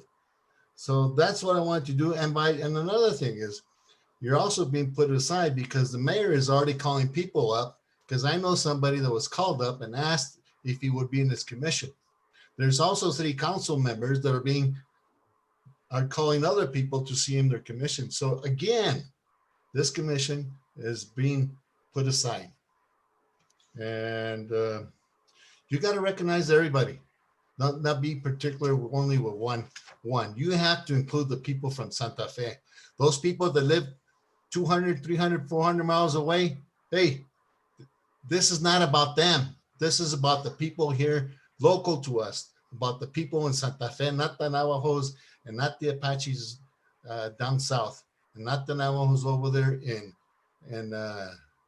Navajo Gallup, in that area in Arizona and Utah. This is local here, not other Indians. You need to speak to these natives here in Santa Fe, and you're not doing that. And I think that has to be done. And you also have to speak to the Hispanics here too, because you're not doing that either. And I haven't That's heard. 2 minutes. Sorry, sir. Thank you, Virgil. Okay, the next speaker is Benji. Benji, go ahead and unmute yourself and you can speak. Hi there, everyone. My name is Benji. Thanks for the opportunity to make comments today. My main focus here is to second some things that I've heard today. Starting first off with Andrea Hanley's recommendation for a healthy number of Native American voices and stakeholders in the Truth and Reconciliation Committee. I believe that a lack of these voices would be a continuation of the harm represented by the obelisk itself. And again, seconding Rosario Torres's comments, Jennifer's mention of the necessity of transformative justice principles to heal the situation. I also appreciate Javier's passionate comment and Carrie's mention of the lack of Pueblo and Tewa representation. So those are just some encouragements to listen deeply to what those people have had to say. And I'm disheartened to hear that you guys did a lot of work that was passed along to the mayor and the situation came to this, but I encourage you to continue with this fight and again, really centering Indigenous voices and histories in this. Thank you. Thank you, Benji. The next speaker is going to be Councillor Mike Garcia. Councillor, I'm going to go ahead and allow you to talk and unmute yourself, please.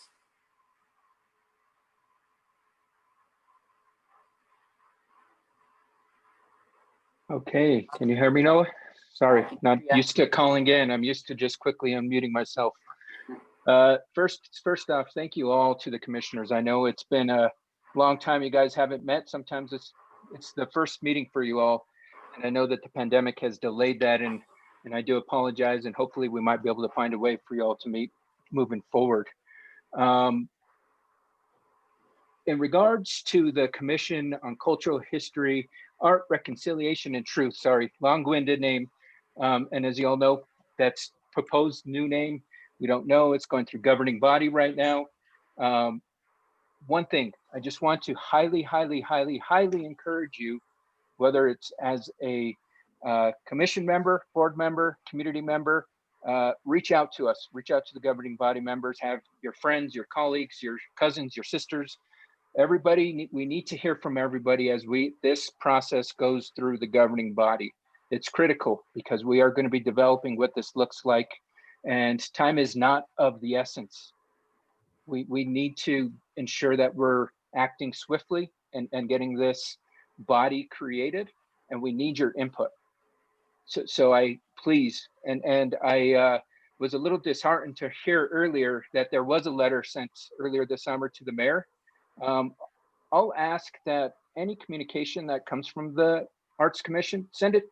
Also, please CC the governing body, just because we are all working on this together now. It's out of the mayor's hands, it's in the governing body's hands now, and we're the body that's going to be creating and approving whatever moves forward.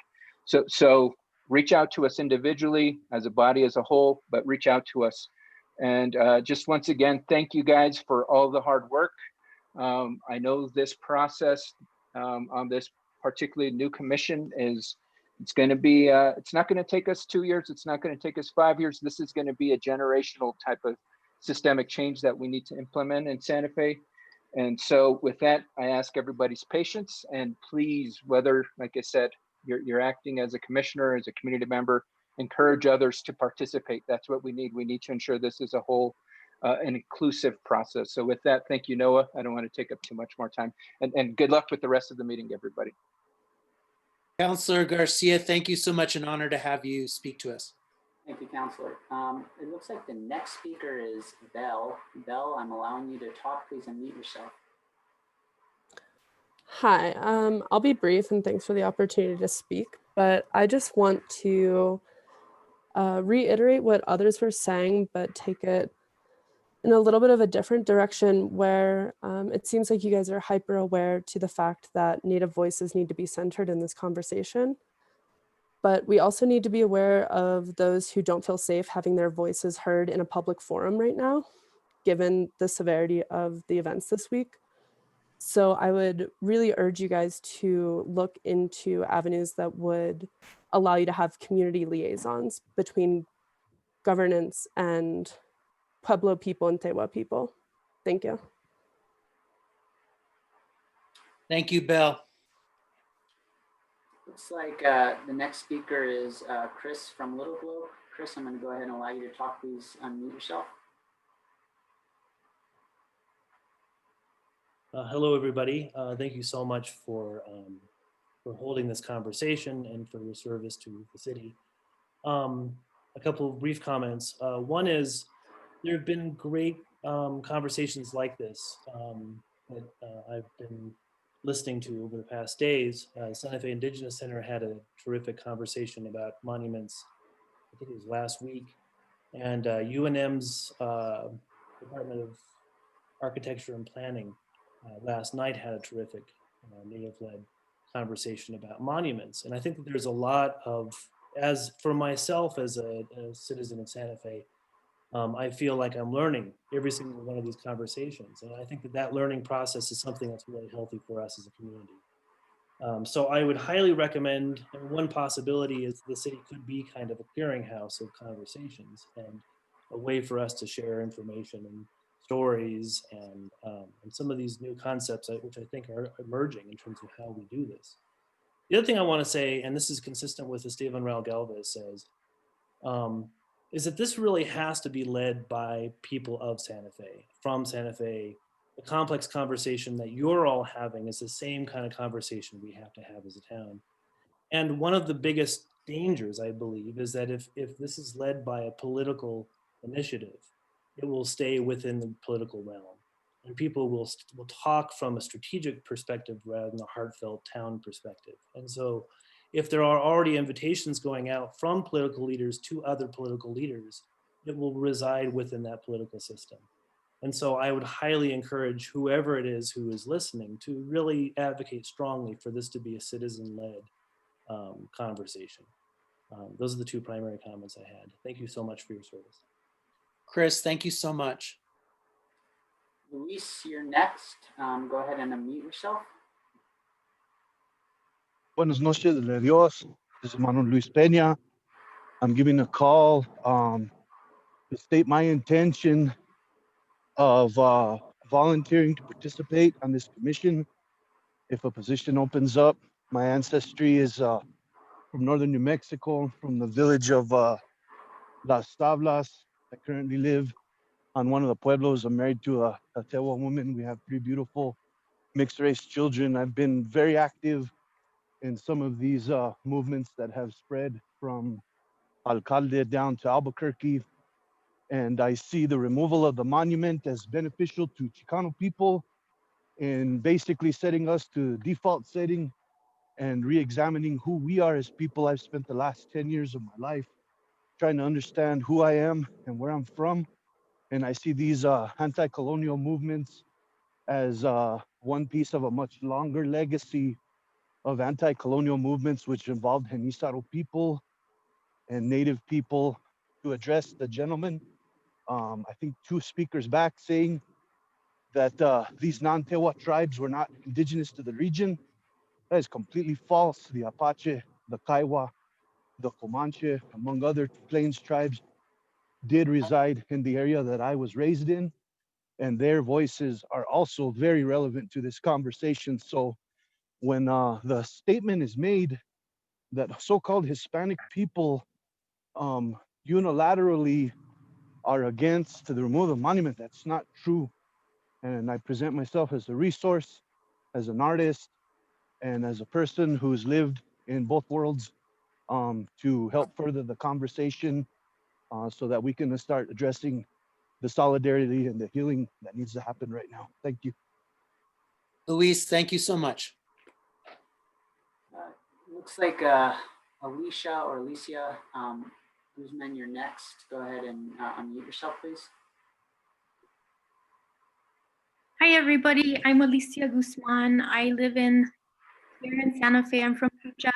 I'm from up north. I'm of mixed ancestry. And, you know, I think one thing is to echo what Luis said is that we need to have more complex dialogues about our Chicanismo here. You know, we're not unilaterally one way or another against or for the obelisk.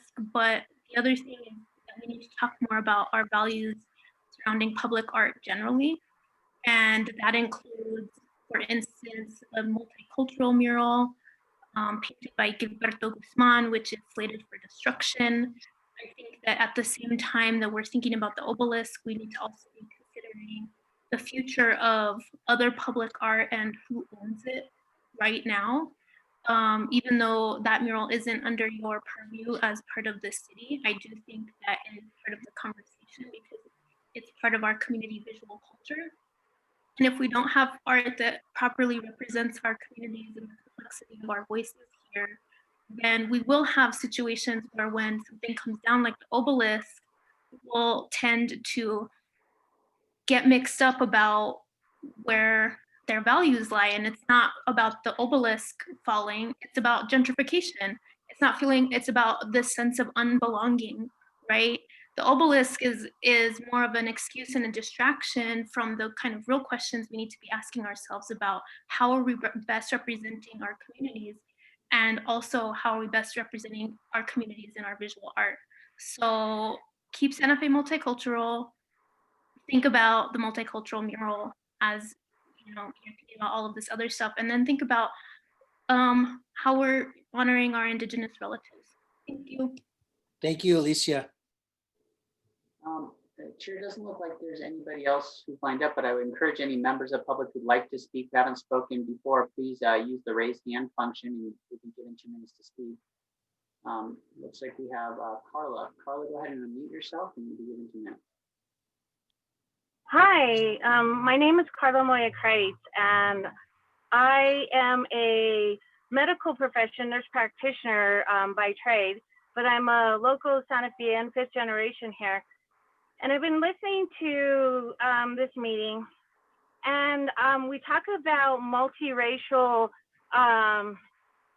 groups, but I don't hear a lot about having communities like the Hispanic community, the Mexican community, and other communities other than Indigenous and Anglo. And so I think that by removing the statues is one thing, but I also think that we need to really bring together the community.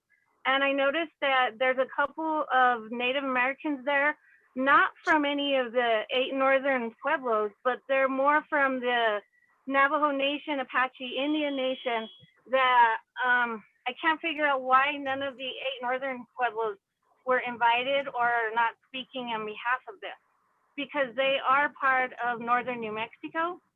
And this is a tradition of northern New Mexico. These 2 groups have been together for years, living cohabitately together. And so I would just like to say is that I think we need input from all the communities and not just certain groups. And I really strongly support that all, including the Mexican community, the Spanish community, the Anglo community, and the Native American community come together. Thank you so much, Carla. Chair, there is no hands raised in the audience for anyone else to speak. Great. Noah, thank you so much for your help on that. And thank you to everyone that spoke. I mean, I think I can speak for the commissioners in saying it's really heartening and enlightening and exciting to hear from the public and be engaged with these issues. Really thoughtful comments from everyone. It means a lot to all of us to hear from you all. I'm not going to try to respond to anything specifically, but I want to clarify a couple points.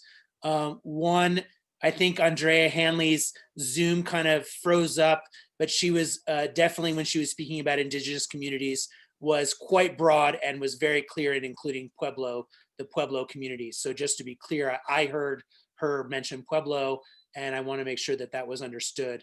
The other thing I want to clarify is that we are not charged with or have an intention in this meeting to try to determine what this Truth and Reconciliation Committee is like. We are simply trying to be sure that the Arts Commission has a role, advisory role with that. So although I think it's it's great for us to hear the opinions about the Truth and Reconciliation Commission, because I think we will have a role on that and we will be involved with that. It's not our direct purview, to be clear. I have a couple of commissioners that want to speak now. Alma, if you would like to speak, go for it. Yeah, I just had a clarifying question, and you might have answered this, but my understanding is no one has been appointed to this committee yet. Is that correct? Pauline, why don't you answer that? Yeah. I'll take that. So I've just learned recently too that the Truth and Reconciliation Commission has a new name, and there'll be a resolution, just as Councilor Garcia mentioned, that will be going to governing body. It does have to go through 3 committees first before it goes to governing body, so there'll be a lot of input. And oh my gosh, excuse me.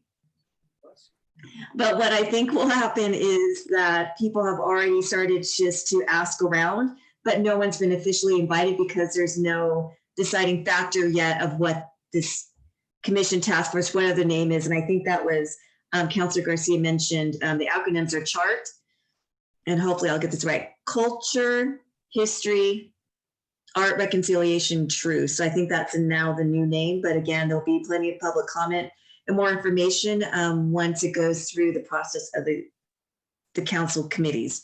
And to point out and reiterate what Councilor Garcia said, which I just learned, is that it is out of now the mayor's office, but now with governing body.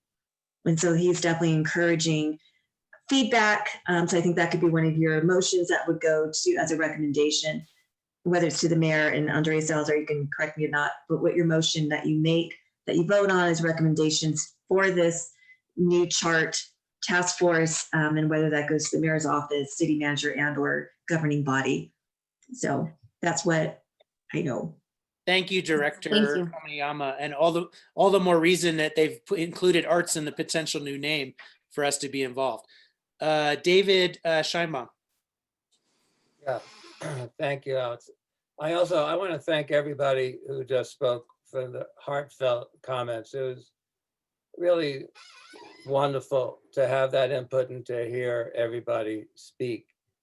It gives me a lot of hope, actually, for the future moving on. But I just want to reiterate what you just said. The suggestion about the Arts Commission being involved in the process was by no means intended to mean that the Arts Commission be the process.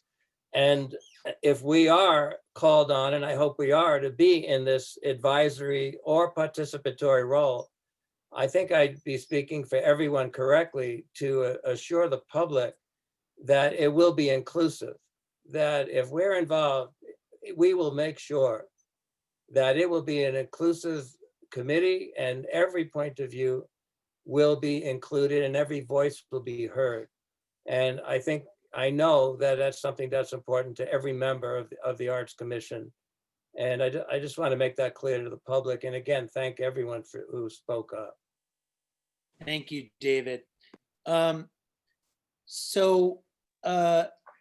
like to move on to our action items. Unless someone else, any other commissioners have any other comments? Yeah, Andrea, go ahead. I just want to say something really quickly. I want to make sure that people know that I'm an enrolled Navajo. I've been in an arts administrator and recently the chief curator for the Wheelwright Museum of the American Indian. And I've been in the arts for 30 plus years. What you want to make sure that you all understand is that we were appointed by the mayor to be a part of the Arts Commission. So that means that we actually wrote a letter to the mayor and let him know why we were interested in participating as part of our civic duty. And I think that the fact that some people think that maybe there isn't, wide representation means that maybe what needs to happen is that people need to apply more to be a part of these different city committees. Again, my family is from northern New Mexico. But I just want to make sure that you all are aware that this is something that is a part of your civic duty, or I consider my civic duty, and that representation is important by Pueblos and by Pueblo people because they are from this area. And I encourage you to look at the different committees that are available to be a part of that through the city and apply. And write to the mayor about participating because that's really important. I also want to make sure that you understand that I did say that we should include all the governors from the Pueblos and include those stakeholders, including Apache and Navajo, because those are specifically addressed in the obelisk. Those are people that were acknowledged as being tamed by these soldiers. And I think that's important to think about as well, because they did have a role in this and it is offensive to Navajos. I want to make sure that also I talked about contemporary, or not contemporary, but community stakeholders, native stakeholders, and I specifically named the Santa Fe Indigenous Center, as well as the Santa Fe Indian School, as well as all the other Indigenous folks out there that could be helpful in supporting this process. So we are very inclusive, and I want to make sure that people understand that. Thank you so much, Andrea. And I'll just add to that your Art in Public Places Committee, which has, I believe, 7 or 8 other members, in addition to commissioners, is also quite diverse and also includes other Indigenous voices and Spanish voices. So just to be clear that the representation goes beyond just this commission. And it's very important to know that I'm the first Navajo on the Arts Commission ever in Santa Fe. Yeah. Thank you. And we're so glad you're here. Okay, so without further ado, I'd like to move on to the action items. On the agenda, we have 2 action items. The first being a recommendation on obelisk and monuments to the mayor. That's pretty broad. The way I see it based on this discussion this evening is that we have a couple different things involved. One is the specifics around the Art in Public Places collections policy and having that move forward. And then the second piece is that the Arts Commission would advise on anything that would be done with the monuments or the plaza in terms of artistic and cultural merits, and that the Arts and Culture Department, as part of that, would help administer those things. Meaning, if, say, there was a competition, the Arts and Culture Department would help administer that competition. I'm not saying we're going to do a competition, just saying as an example. So what I'd like to do is, and please recommend anything else that I'm missing, but I'd like to potentially recommend we have 2 resolutions, one specific to the Arts and Public Places collections policy, and then another resolution from this Arts Commission about what our role is in general about art and public places, and specifically the plaza and monuments. Then we will get to B, Agenda B, which is about the Truth and Reconciliation Commission itself and what our role might be with that. So is there any of you have any other thoughts about agenda action item, Agenda A? Yeah, David.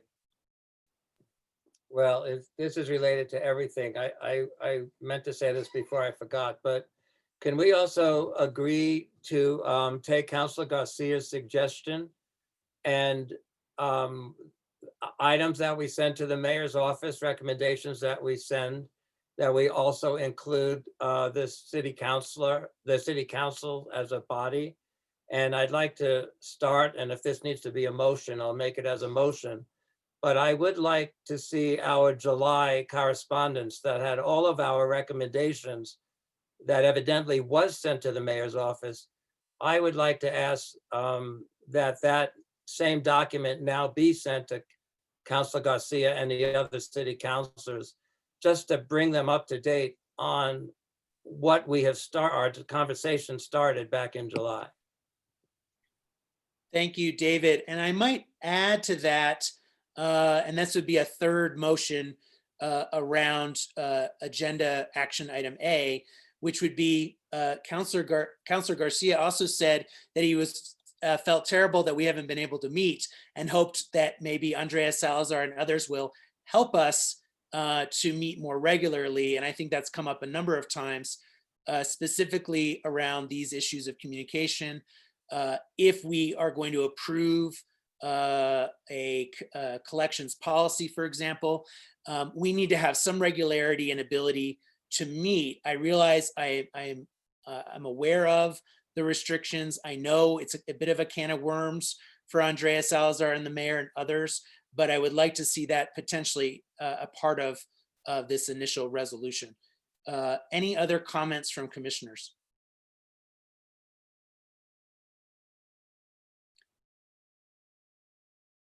Pauline, I'd ask you if you have anything you'd like to add about this in terms of the nuance for this kind of motion. I would like to hear your opinion.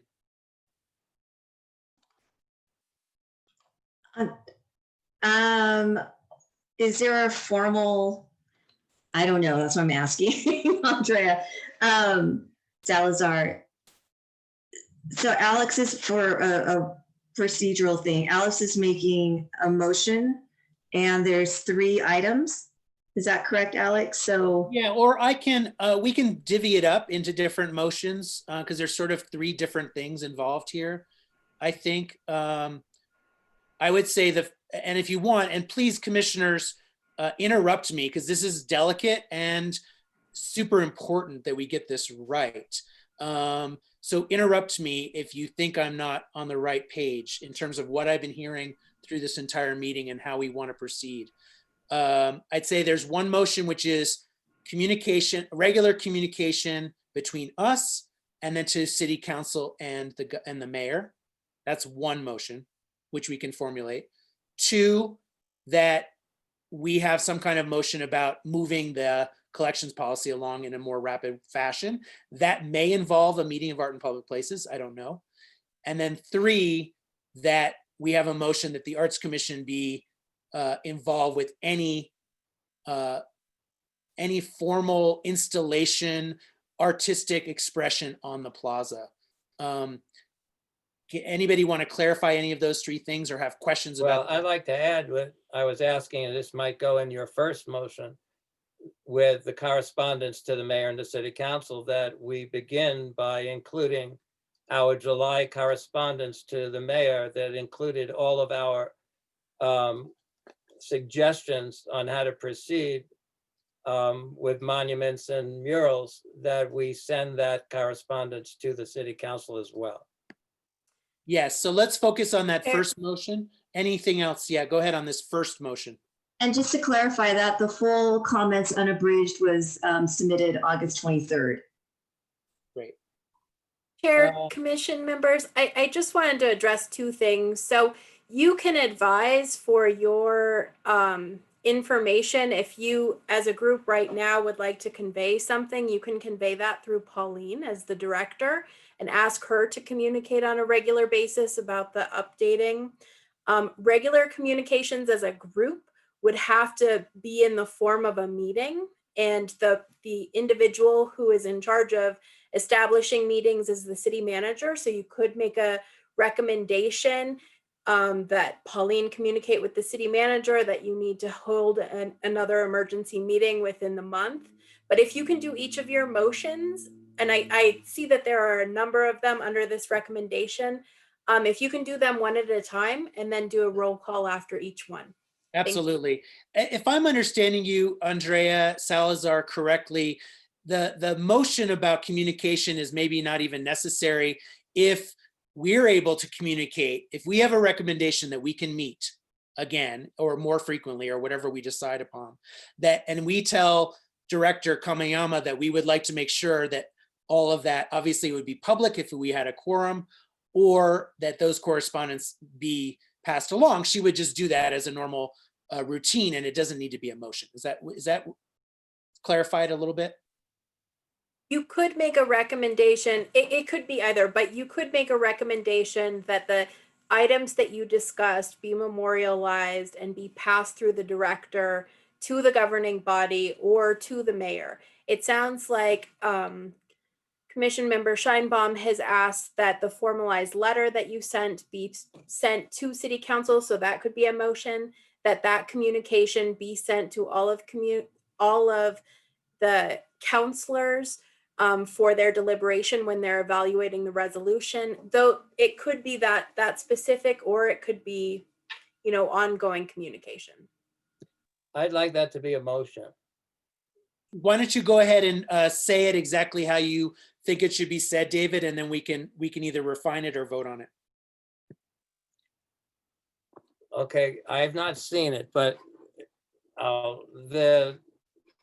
in July, we were asked to each write our opinions on monuments and murals and public art in Santa Fe, and I believe most of the city the arts commissioners responded. And I also realized that what I heard in this meeting, that those were relayed to the mayor. My motion is that all of those comments and letters that were submitted now be sent on as per Councilor Garcia's suggestion to the whole city council. I think that's pretty clear motion. May I have a second? I'll second that motion. And then Armenia, if you want to go through a roll call and we'll vote on that. Yes. Do you have to have further discussion before you call the vote, Andrea? Oh, yes. Sorry, yes, absolutely. Is there any other commissioners who'd like to weigh in on that or have a question about that motion? Great, okay. Thanks, Pauline. Alex Hanna, Yes. Adelma Hnosco, Yes. Andrea Hanley, Yes. Alma Castro, Yes. Bernadette Ortiz Pena, Yes. David Scheinbaum, Yes. Exilda Trujillo de Martinez, Yes. Jorge Bernal. Oh, did he? Yes. Yep, still here. And Tamara Bates.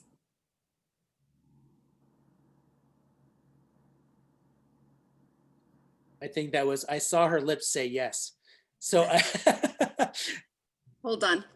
Yes, I said, I think when I'm far away, it's hard to hear me. Sorry. Thank you, you. Tamara. Thank you, everyone. So that passes. So thank you to Pauline for making sure that communications is relayed. So I will have a very simple motion that I think we all can agree on fairly rapidly, which is that we need to be able to meet in a more regular fashion going forward. I don't know how we want to phrase it, and I'm open to suggestions, but I might say something along the lines of the Arts Commission needs to meet in an emergency capacity more regularly until the issues around monuments and the obelisk is resolved. Anybody care to finesse that? Any other comments or questions? I so move. May I have a second? I second. I think we have a few seconds. Andrea, let's give it to Andrea Hanley. Go ahead and let's do a roll call on that, please, Erminia. Sorry. Alex Hanna, Yes. Adelma Hinosko, Yes. Andrea Hanley, Yes. Alma Castro, Yes. Bernadette Ortiz Pena, Yes. David Scheinbaum, Yes. Hilda Trujillo de Martinez,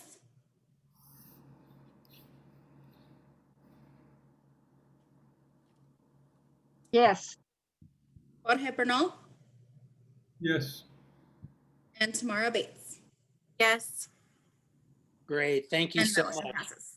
So Pauline, we'll leave this in your capable hands to make sense of when those meetings happen and how they happen, and to get approval through Andrea Salazar and city manager when appropriate. So Andrea Hanley, would you be willing to come up with a motion about the collections policy for us? I motion that the Arts Commission approve or adopt the collections management policy. I second. Any questions or comments before we have roll call on that? Just, Chair and Commissioners, just for a point of clarification, the AIPP collections management thing still has to go through our review and then also with city attorney's review.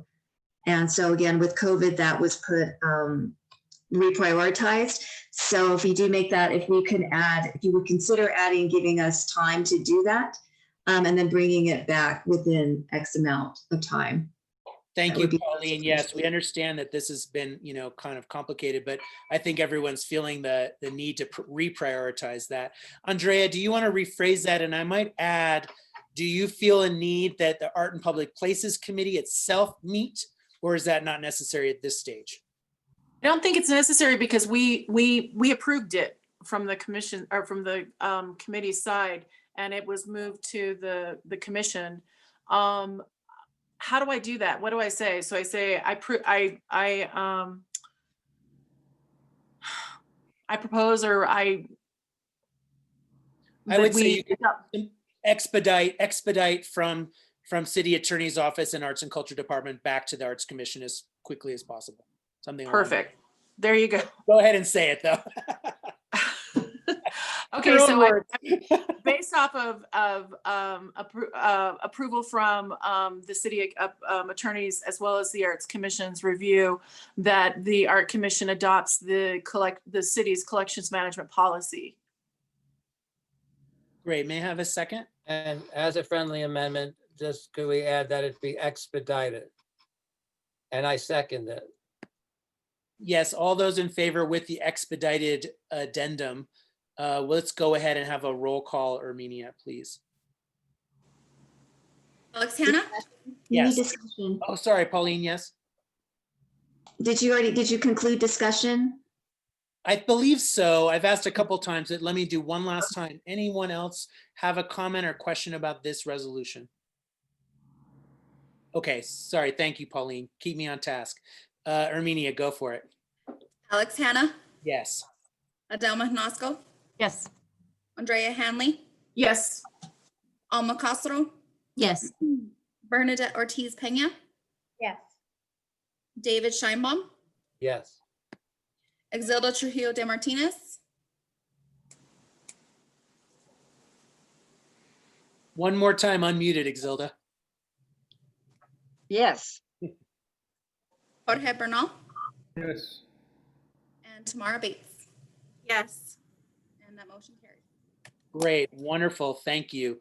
The last one I'd like to consider under this action item A is a little bit more vague, but and maybe is not necessary given our discussion about the role of the Arts Commission, but somehow given the fact that we haven't met since March and have felt a little bit like the stepchild in this situation, I would like to reaffirm in some way that the Arts Commission will have an active role in any movement of monuments, putting in new artistic expressions on public city property.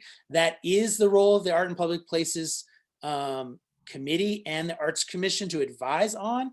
And so I'm open to how we phrase that, but I feel fairly strongly that we need a clear resolution that our role is that is our role, and that we are not handing that role over to a new Truth and Reconciliation Commission.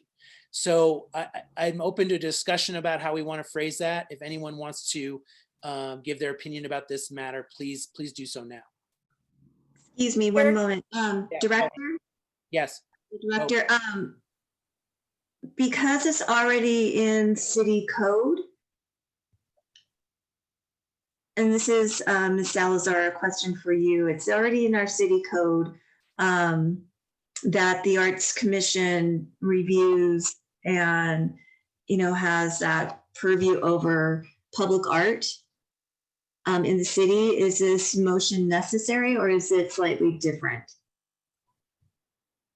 Chair, Commissioners, Director, in totality, the resolution or the ordinance itself that establishes this Arts Commission is not specific as to whether the Arts Commission can recommend removal or I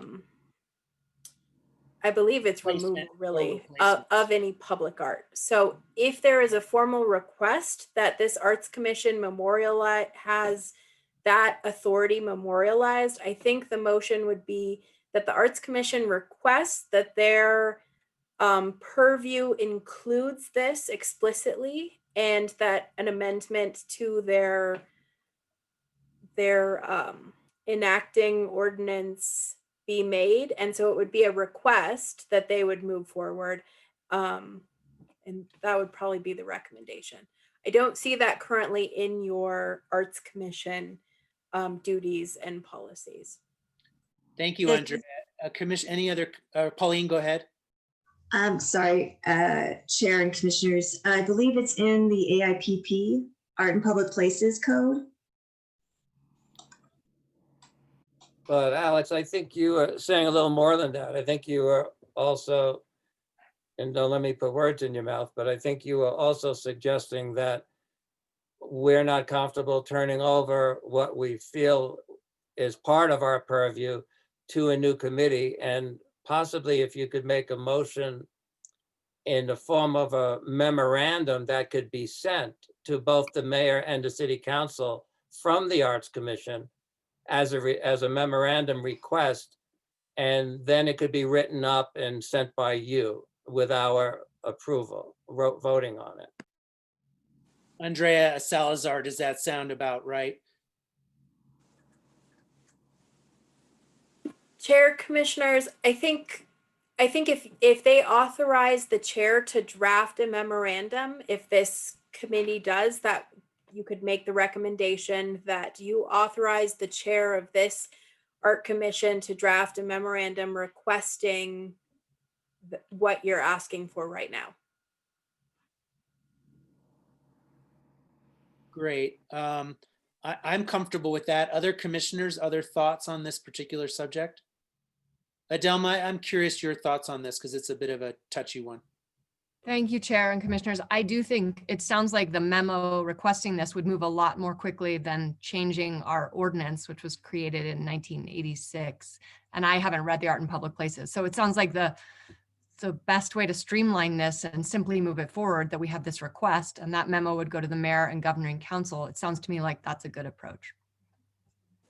Great. And I don't think anyone's talking about any changes to the ordinance. It's more a question of emphasizing what the ordinance says in particular around art in public places, which has not been put in the public record tonight, but does clearly recommend that we are advising on all public art. So I would say, any other thoughts from commissioners on this topic? I'm actually not willing to say if the Truth and Reconciliation Chart Committee comes up with their own recommendation. I don't feel comfortable saying that the Arts Commission should override that. Right. And am I misunderstanding the implication of this? Well, I think that sort of segues into agenda action item B, which is what our role is. One would hope that if we have an active role on that new commission, this would be a moot point, right?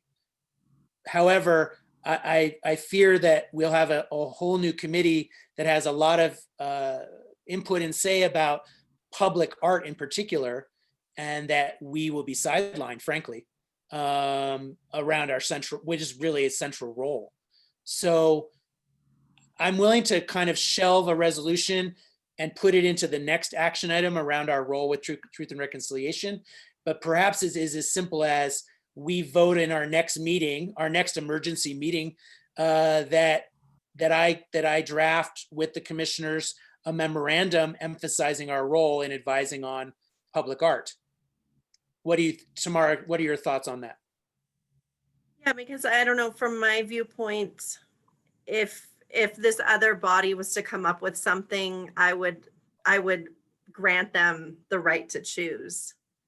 Right. Versus saying that it's under our purview. Even if we don't play a role, that maybe that's what needs to happen. I'm not willing to say that that shouldn't happen right now before anything happens, I guess is my. Sure. Alma, did you have a thought on this subject? Well, I think just in the same vein, then maybe we need to function as separate and equal and say that we just want to be seen as important as this other committee, regardless of how they decide who's going to be on it. Great. Jorge, did you have a thought on this subject? Yeah. Because, I've been puzzling the Truth and Reconciliation. To me, it's a committee created to show empathy with the field, with the people, to bring them back together. I believe the Art in Public Places should be dealing with the art.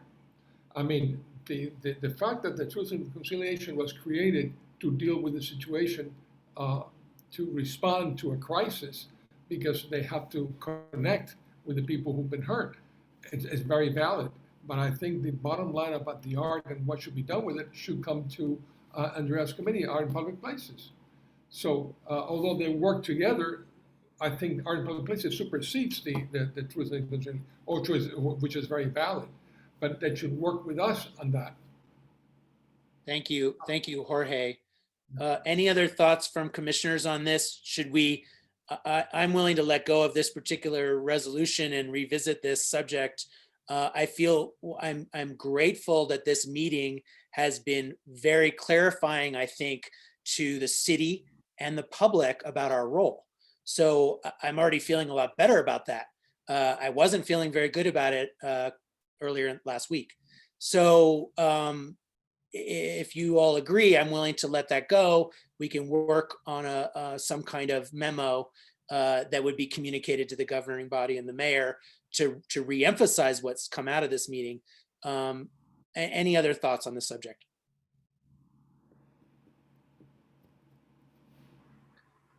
Okay, I'm going to move on to our last item, which is recommendation on Arts Commission role on and about the Truth and Reconciliation, or chart is the new name, to the mayor, and I'd like to add on that agenda to the mayor and to the governing body, which sounds like is in their hands.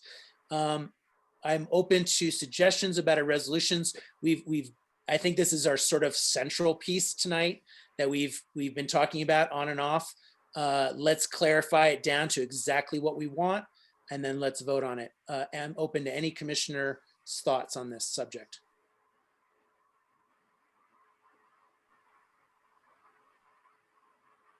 Andrea, do you want to share your thoughts on it in particular?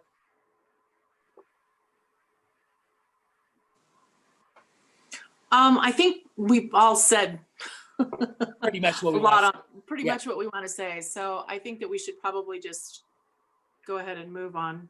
I think the question is how. We can go all the way from the David Scheinbaum first, where we were central core members, to the very, very vague on the other side, advising. I personally want to be somewhere in the middle of that. I don't think we need to be the core of this. I think the mayor and the city council are going to have their own ideas about what this should be about. I think it's about a lot more than the piece of art that goes on the plaza. So I'm not quite over there. On the other hand, I don't want to get left behind as some afterthought about this either. So where's that middle ground? I think that middle ground is that we are requesting that representatives of the arts communities be included in the Truth and Reconciliation Commission. And we're not advising, this is not a top-down, we are included in. And it may be that it's Little Globe that then reports to the Arts and Culture Department. We don't know what that looks like. We're just asking for inclusion at this table and in this process. So very simply, I would say that that would be a motion to request representatives of the arts community in the Truth and Reconciliation Commission. Other thoughts on that? I completely just- agree. oh. I completely agree with that. Great, Exilda, thank you. I agree Other with it thoughts or too. questions? I agree with it also, but I worry that by just making a statement about arts community, that it could be defined by the people in charge to say, oh yeah, we did. And I think if we're going to vote on a motion like that, we should, and I don't think we can do this now, but kind of in a way list constituencies that we feel should be included. And that might take more than, doing it at this time. Could we not, Adelma, simply say, we request that the Truth and Reconciliation Commission, or the new name, have representatives from the arts community at large and the Arts Commission? Or the arts community at large and the Department of Arts and Culture, which does not include the commission. The commission's one piece of the larger True. Department of Arts and Culture. But then we're getting into city government structure, which I don't think we want to go into that rabbit hole, right? But I hear what you're saying, that the Arts and Culture Department have a role, which I would hope, I would assume that Pauline would be at that table. I would expect Pauline to be at that table, but I don't know if that's under our purview. Would that be under our purview or not? Andrea Salazar, do you have any thoughts on this? Chair, commission members, I don't have any thoughts. I think it's up for discussion. I do see Commissioner, let's see, Alma has her hand raised, but I think you could narrow it down to a recommendation to include arts and culture or art commission individuals as a request, governing body. Great. I'm okay with that language. I don't know that an arts commissioner has to be on the Truth and Reconciliation Committee. It makes me nervous not to have one of you, 8 other people besides me on there. I mean, honestly, it really worries me. But I'm open to a pretty strong recommendation that the arts and culture community is represented. Any other thoughts? Alex, Chair, Alma has her hand up. Alma, I think I called on you before, and is your hand up again for a new thing, or? Sorry, yeah, I was just, New thing. is Okay, there cool. any way that we could submit a list of recommendations of folks that aren't on the commission, but that we feel would be good representatives of the community? That's a good thought. That's a good thought. I think, Adelma, what do you think? Would you like to rephrase what was basically your motion? I think is a good one. Do you want to rephrase it a little bit to give it a little more teeth and see if we can get there? Well, to follow on Alma's thinking, it would be something like we move that chart or whatever it's called has, I'm lost in it. It's either that we be included in it or make recommendations for who in the arts and culture community should be included. I'm messy there, but is that kind of what we're saying, Alma? I mean, I Yeah. agree. Someone appointed me to this, I would absolutely give my place to one of the speakers who spoke in public forum. I should not be, as a white woman, I shouldn't be taking space that should be occupied by Indigenous voice. However, we as a commission and an arts and culture department need to make sure that those voices are heard. Sorry, I'm getting us off on a tangent. So No, maybe no, I'm glad you said that. I think it's important. I think it's an important point. Any other thoughts from commissioners about how we want to phrase this? I think we're very close, but I do think it's important. Any other thoughts before we get into that final motion? I think what Adelma just said was it. If you could repeat it. I So, agree. okay, I agree. Adelma, Absolutely, I Adelma, agree. take a deep breath. I'd like to do an interpretive dance. However, I am not sure that I can repeat it. This is the Arts Commission. We could do an interpretive dance as a motion, I think. Andrea, did you want to add anything to help Adelma out there? No, I totally agree with what Adelma just said. And I'm hoping she's going to be able to I'm kind of trying to give her some room to think while Okay, I'm breath, everyone. spending time. But I do know, I think that that's really important. And I agree with everything that she said, that we definitely need to, I mean, if we can recommend people, as I said, we need to reach out to stakeholders. I'm just reiterating myself again. We need to make sure that stakeholders within the arts community, within the Native community, within the Hispanic community, within the entire community, have some sort, we get recommendations that then are put forth, and then ultimately what happens with this committee. Okay, Adelma, just take your time, and then and then we're ready for your resolution. Bernadette, Commissioner Ortiz Pena has her hand Oh, up. yes, Bernadette. Oh, I should have just put it down because Andrea said it for me. I just wanted to reiterate that it is important that this is multicultural and multiracial and multi-generational as well. And we do need to, one of the speakers spoke to the idea of incorporating all people and our Hispanic culture, Mexican culture, Native culture. Thank you, Bernadette. We appreciate that. I think we can keep it very simple, Adelma, if you want to go give it one last shot. Okay.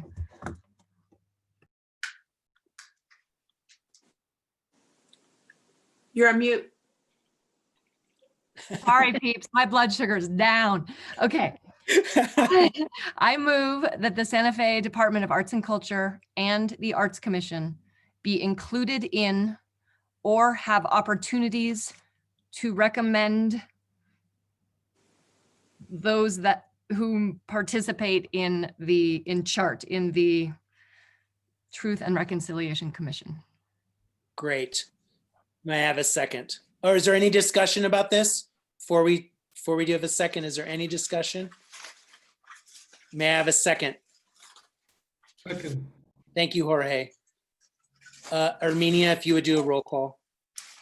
Alex Hanna, Yes. Adelma Hnosco, Yes. Andrea Hanley, Yes. Alma Castro, Yes. Bernadette Ortiz Pena, Yes. David Scheinbaum, Yes. Zilda Trujillo de Martinez,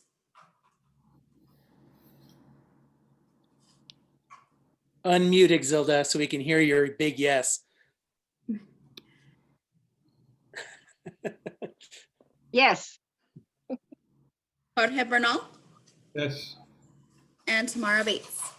Yes. And that motion carries. Thank you all so much. Wow, this was an incredible meeting. You guys are so awesome. I cannot believe I get to be commissioner with you all. You are awesome. And it is amazing, diverse, again, to say it one more time, amazing, diverse, artistic, fabulous group. And I know it's been a hard few months. I know the community has been frustrated. We've been frustrated. I'm excited for all of us to move forward together. I really loved hearing from the public on their comments, and I'm excited. I'm excited for the next steps. Adelma, yes. just really want to thank Pauline and Rod and Erminia and the staff for holding steady and also pivoting to create the COVID relief fund. I'm sorry if I'm giving it the wrong language, but all of the money that you're making accessible to artists who otherwise wouldn't have those small grants and need those $500 to $1,000 pieces coming through. So we just really appreciate you all, and we've been demanding tonight and very rigorous in our requests, and we've been honest about our frustration. But I just want you all to know that it's not intended to be focused towards you, and we appreciate all you're doing. Here, here. I could do a whole resolution just on that. What a great lean staff at the Arts and Culture Department that is doing the best work. And we really appreciate you all. Any other business comments before we adjourn? Thank you, everyone. I have pizza waiting for me. So I'm going to call this meeting over. Armenia, any last business? Meeting has been adjourned. Thank you. Okay, thank you all. Take care. Bye, guys. Bye.